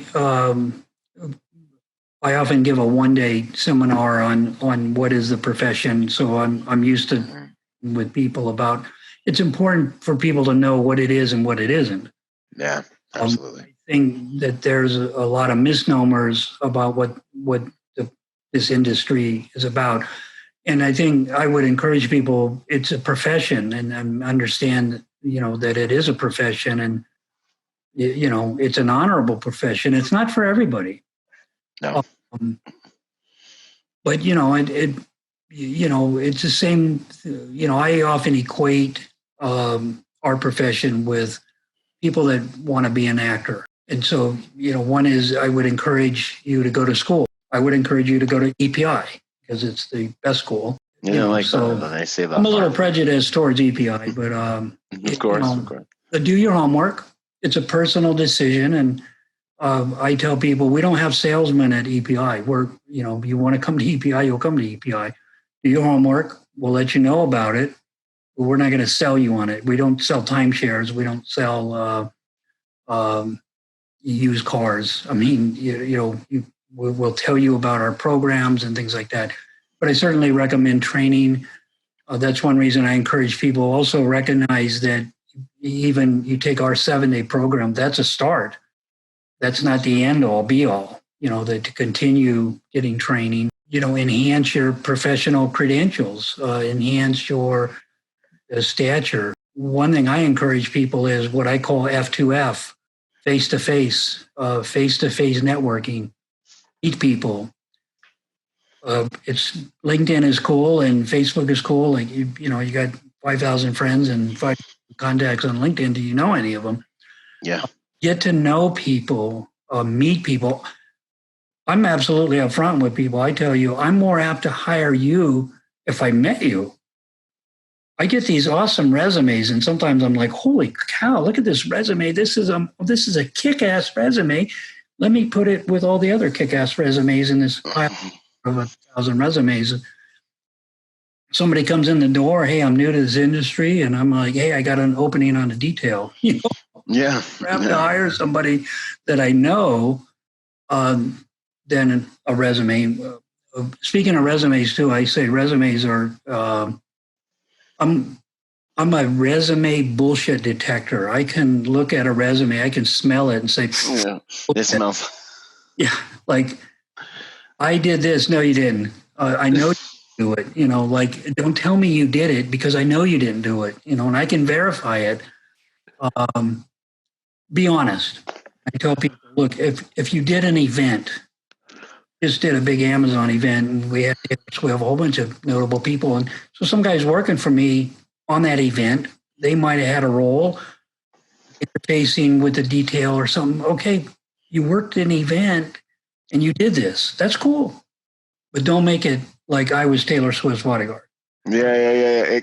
I was talking. I agree with you, and I get it too. And I'm like, no, you weren't. Yeah. And it's like, there's nothing wrong with being the event security guy. Do your thing. There's nothing wrong with being the club security guy. I respect it. I've done it. There's nothing wrong with being the red shirt, the white shirt, the purple shirt, residential security team, third party stand-in residential. I respect all of it. And you do what you do the best you can at your level. But you become an integrity violator when you start trying to sell something that you didn't make, There's no shame in being new. There's exactly. In being a novice or having bit parts. Even people come through our 7-day program. Sometimes they'll come up and, "Hey, Jerry, will you hire me?" And I said, "No." Or maybe. Getting back to the actor parallel is, you go to a school and now what do you have to do? You have to audition. You have to audition for parts and you have to pay your dues. You have to do halls and walls. You have to do bit parts. If you do those well, maybe you do the resident team and then eventually you're a third car driver or something like that. You're a support person. Don't think you can jump right in and be a leading actor like out of school right out of the gate. You have to prove yourself over time. You have to pay your dues, like any profession. There's been some people that were very lucky, very fortunate. And I took one person out of a retail store, put him with a major celebrity, and he went from that celebrity to another celebrity to another celebrity, and he did very well. Part of it is his own character. He was very suited for that, and good fortune. Some other people, they got to work hard at it. They got to do bit parts and bit parts and bit parts and bigger bit parts, and hopefully they'll make it. I've seen some people that leave just when I think that good fortune might come their way, that they've done well in those supporting roles, but sometimes they get frustrated, like, geez, I guess I'm not going to make it in this industry. Guess not. It's a self-fulfilling prophecy when you think I'm not going to be able to do it. Well, there you go. That's the thing. One thing I encourage people is have a passion. And very often I'll ask people, what's your passion? Not what are you doing? What's your passion? And then I ask them, are you doing your passion? Mm-hmm. There's no shame in making money. There's no shame in having a job, but hopefully you can align your passion with, what you do to make money can be aligned to, your job. What you do to make money is your passion. And absolutely. So awesome when that happens. But, you have to work there when you're getting into the industry is, and I ask people, are you doing this as a passion? Is this what you're passionate and you want to do? Are you fully understanding what it is and what it isn't? Sometimes our job is very boring. You wait absolutely hours and hours, nothing's going on, and then I've just worked 12 hours and my relief is coming, and all of a sudden the client comes out and says, let's go. And you're like, yeah. And then you hit the club scene or something like that. So I encourage people coming in, know what it is, and do you have all the right reasons for being here? Do you understand? And treat it like a profession. Some people say, Jerry, it's always been my dream to be a bodyguard. And I said, what my dream was? My dream was to play rock and roll, rock guitar, have long hair, and have women chase me.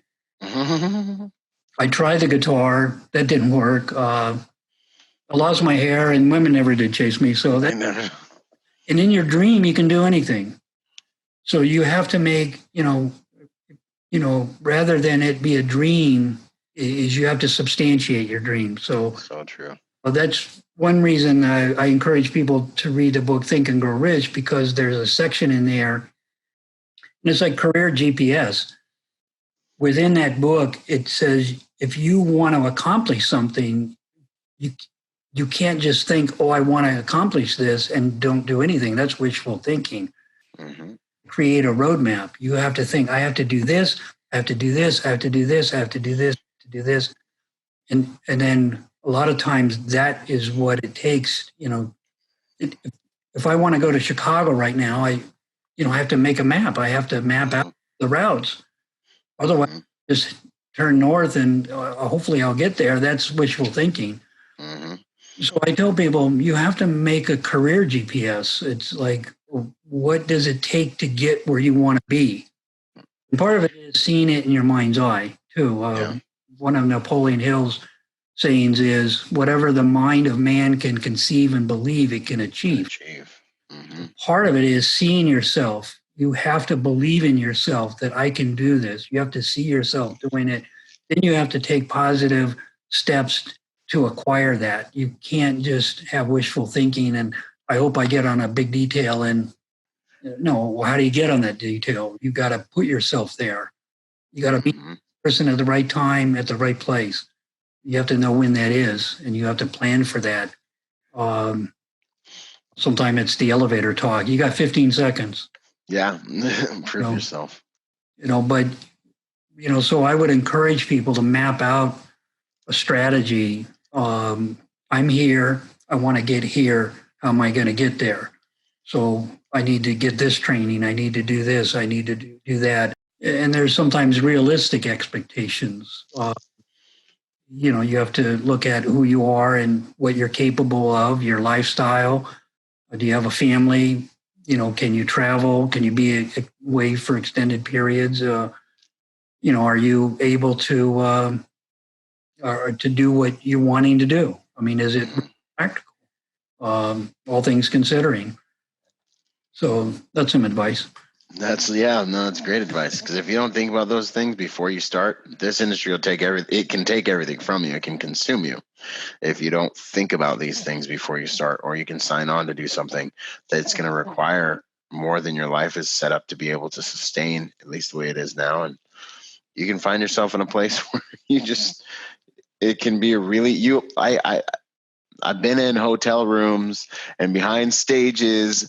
I remember one time I was getting suited up. I'll tell you this real quick. We're getting to the last couple of questions, but I was getting suited up and I just got back from Iraq and I was putting my suit on. I was feeling good and I was getting ready to go out there. And I look in the mirror and I was like ready to do this. And then the senior guys who'd been there, he's like watching me do this.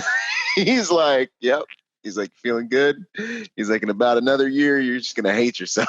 And I was like, I'm like, really, man? And, fortunately, the grace of God, my mind is just like, pay attention, message, like pay attention. He did that. He said that for a reason.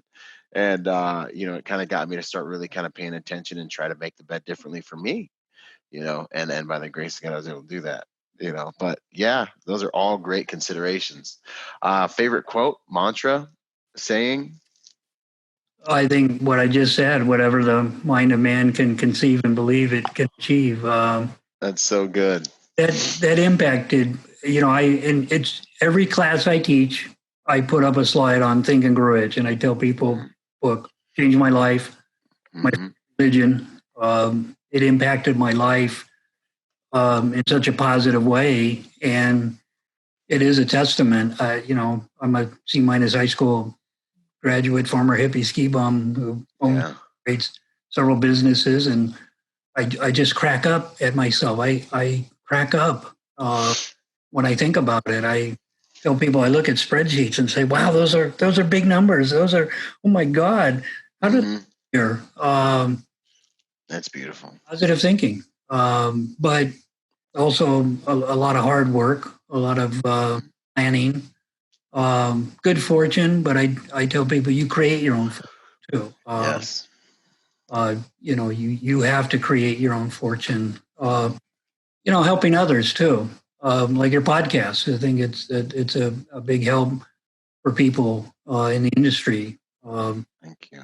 Able to see this information, bringing added value in whatever you do, and that's why we say within executive protection too, bring the plus, facilitate the needs of the client. I like that. I think that's important for people to recognize. You're more than just a protector. You can just be a protector, but then you're limiting yourself. Bring added value to what you do, and I think you can't go wrong when you give, you bring the plus, so to speak. Bring the plus. That's a good one. I'm going to use that one. You're going to hear this. You're going to bring the plus. You got to bring the plus. That's good stuff. I love that. You kind of touched on it. If there was something you wanted the industry to remember you by, what would it be?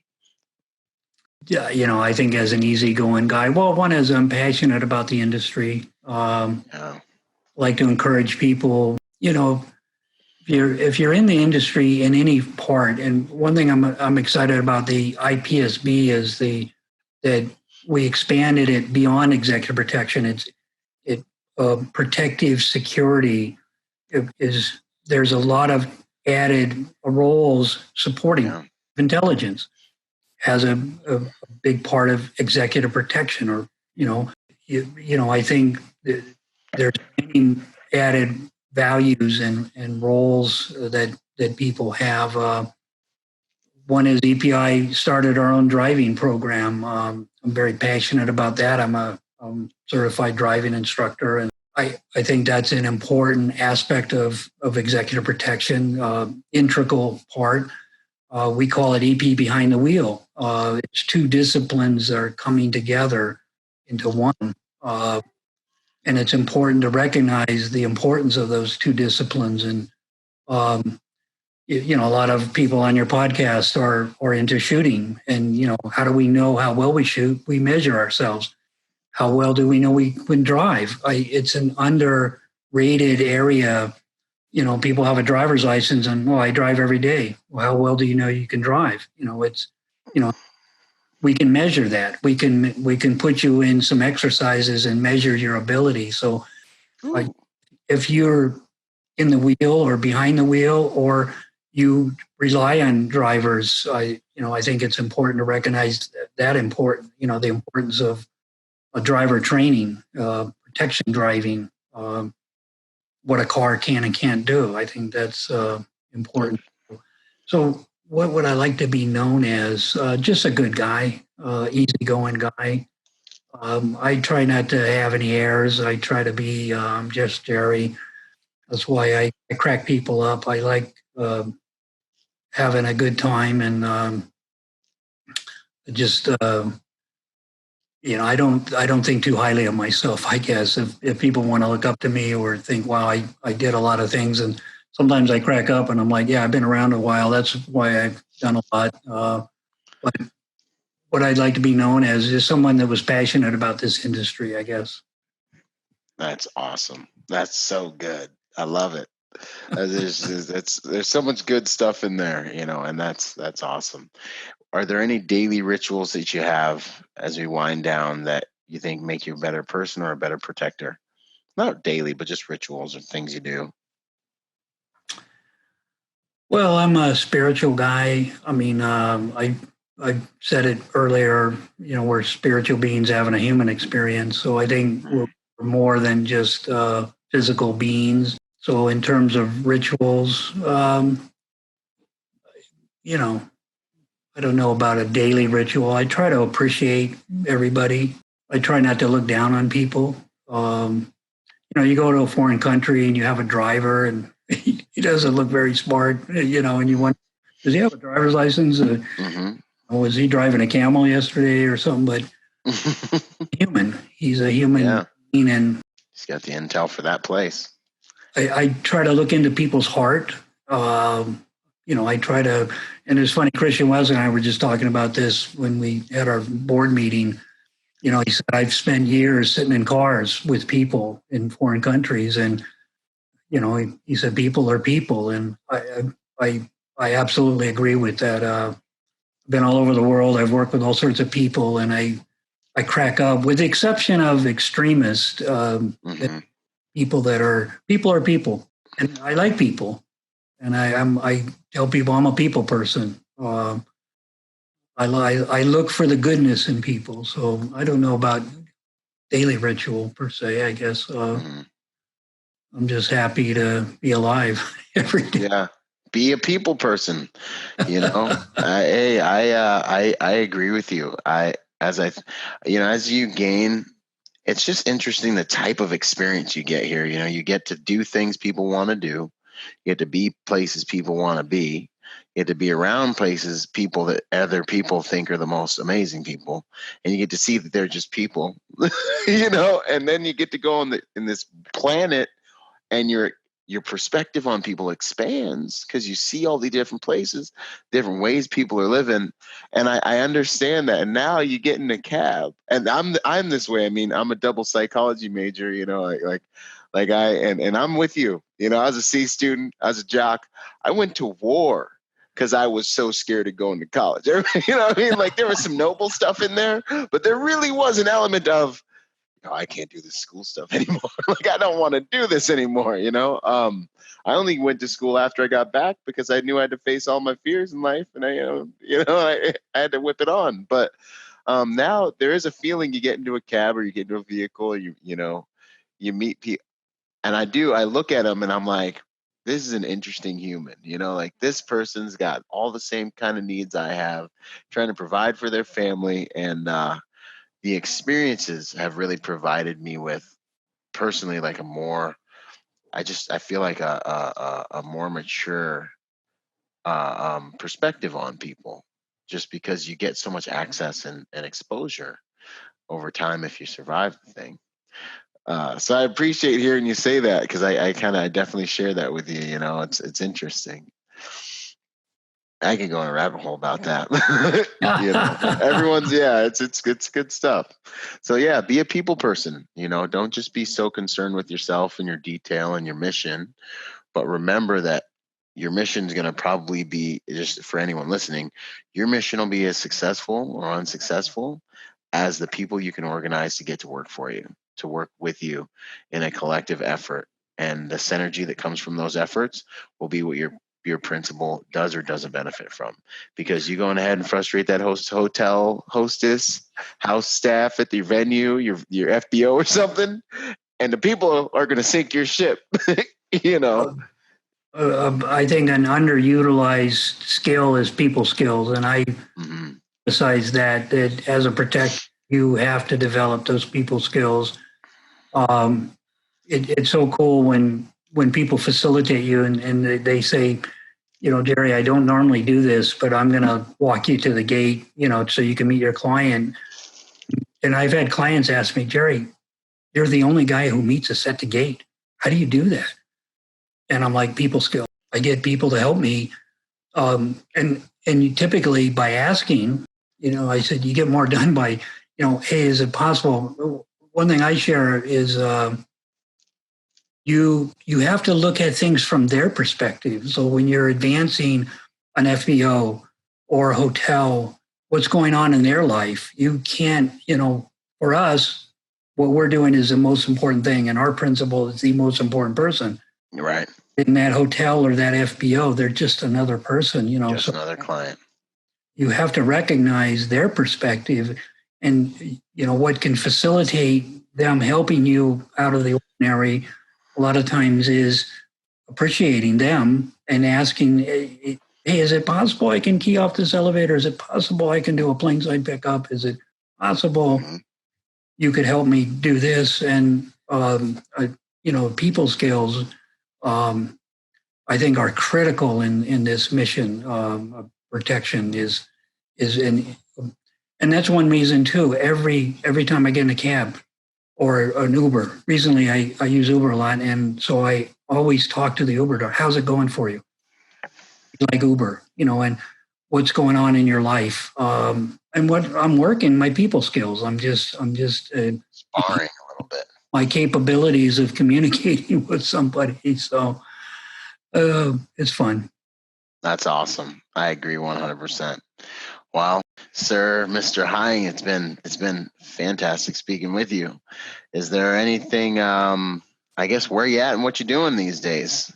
Shameless plug time. Let the industry know anything that you got going down. Well, one thing we're excited at EPI, we just trained police driving instructors. We taught an instructor course for police driving instructors. We have a product that we use called Easy Drift. It's teaching people skid avoidance, skid control, skid recovery. And EPI teaches a program, and recently we were asked by several police agencies to teach them. So that's pretty cool. And I think it's something we're excited about too, teaching people on skid avoidance, skid recovery. I mentioned we have our protection driving program, so we're pretty passionate about that. I'm just, the plug is, I would encourage people, if you're interested in doing executive protection and you're looking at various schools, check us out. Like I said, we don't have any salesmen. We don't sell people. We're EPI. We've been around a long time, 1978. We have 2 major programs a year. Those programs happen, and I tell people either they're going to go or not go. Do or don't do. But check us out. I would encourage people to attend the Close Protection Conference in December, put on by the IPSP. A lot of growth there, a lot of networking opportunities. That's where people can do face-to-face networking is at a conference. And I encourage people, when you go to a conference, don't be shy. Don't be an introvert. You got to get out of yourself, and you got to go up and say, hi, how you doing? I'm Jerry Hying. Who are you? And if you're new to the industry or you're looking to get into the industry. Now, some people who are looking to get into the industry, they're hesitant to go to a conference where there's a lot of people that have been in the industry. It's the perfect place to go. It really is. Conference, and to meet people and to hear stories and even to say, hey, I'm thinking about getting in the industry. Do you have any advice? Yes. Everybody there, most everybody's like me. They're passionate about it. They love sharing. They love introducing people to other people. So I think those watching your podcast, if you're new to the industry, check out the IPSB. It's IPSB-board.org, I think, is the organization, International Protective Security Board. Close Protection Conference is one thing that we're doing. This year it's the second weekend of December, I think. So I would encourage people to think about going to the conference if you haven't. If you've been, last year I think we had more than 350. It was big last year. We're looking to grow that, and we're looking to expand the organization beyond just having an annual conference. So we're looking at writing white papers and developing guidelines and protocols for executive protections or standards, things like that. We're looking at mentoring new people coming into the industry. So, again, I'm excited. Hey, thanks for the opportunity to be on your podcast about my life. I love this profession. I think that's, I'm very passionate about it, and I like helping people too. I'm always happy to help people. Sometimes people on LinkedIn will contact me. Hey, can I send you my resume? Yeah, absolutely. I always like when people ask before they send it. Especially somebody's asking, hey, could you look at my resume? Absolutely. I'll look at it and tell you what I think. I'm happy to help people. And so I would encourage people to, get involved, join. There's different groups, Executive Protection Lifestyle on Facebook, join that group. Be cautious about putting posts or being critical in posts. Sometimes people post a job, hey, it's $20 an hour. It's an event, not EP. And some people, some folks are like, oh my God, I can't believe, take it easy, guy. It's an EP. People need to get their feet wet. And also one thing I would encourage people is volunteer. Worship security. I do a lot of that, and a lot of people come through our training because they're doing House of Worship security. I think that's awesome. People that are armor bearers or the Ministry of Defense, worship, volunteer. And sometimes people come and say, hey, can I help out in some way? And sure, I got an event coming up. I'm full up, but jump in and get your feet wet. So I think that's it. Good to go. Well, it has been an honor and a privilege, as I knew it would. I really appreciate your insights. There's just so much depth there and experience. I really appreciate you have like I was saying, a grace and a humility and an easygoing, positive, cheerful nature to you, Mr. Hine, and it's been a pleasure to be able to spend this time with you.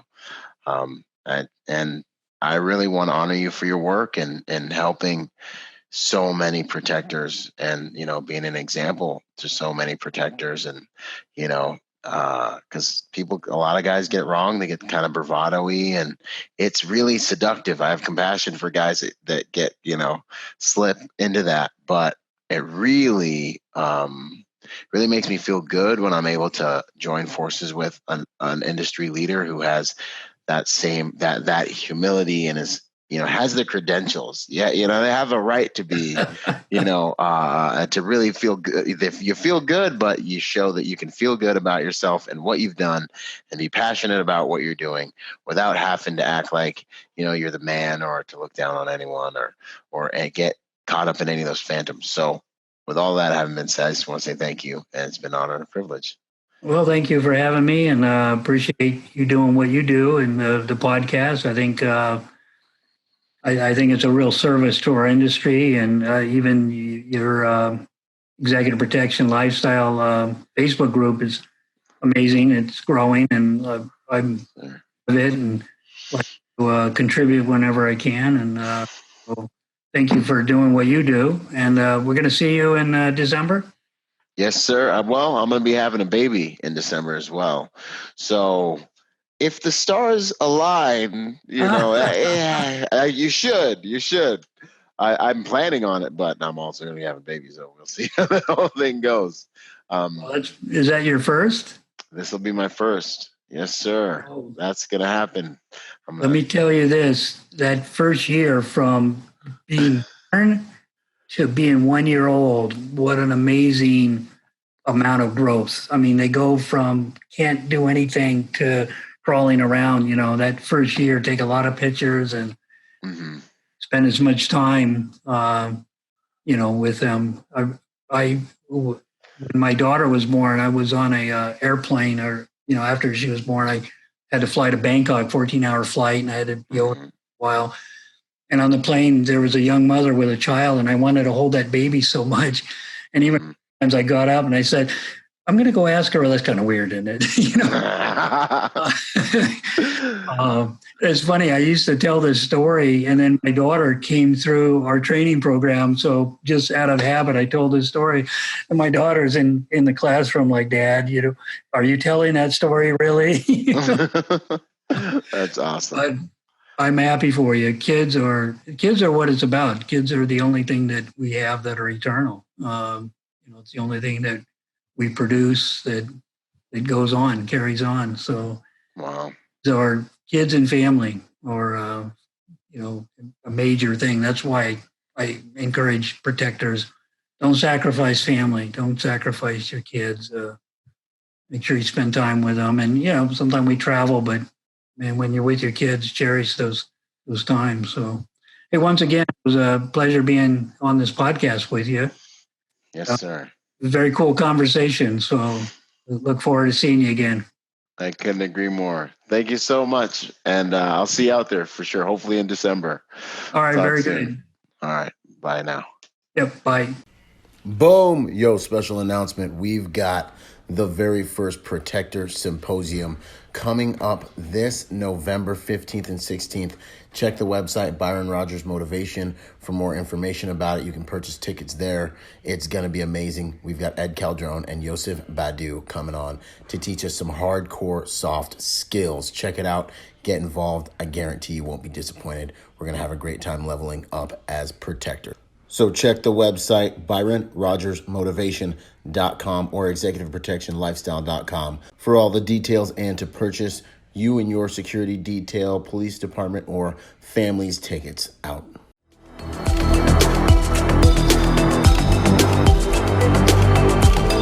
Boom. And to support this podcast, go to ExecutiveProtectionLifestyle.com and contribute to our Patreon account.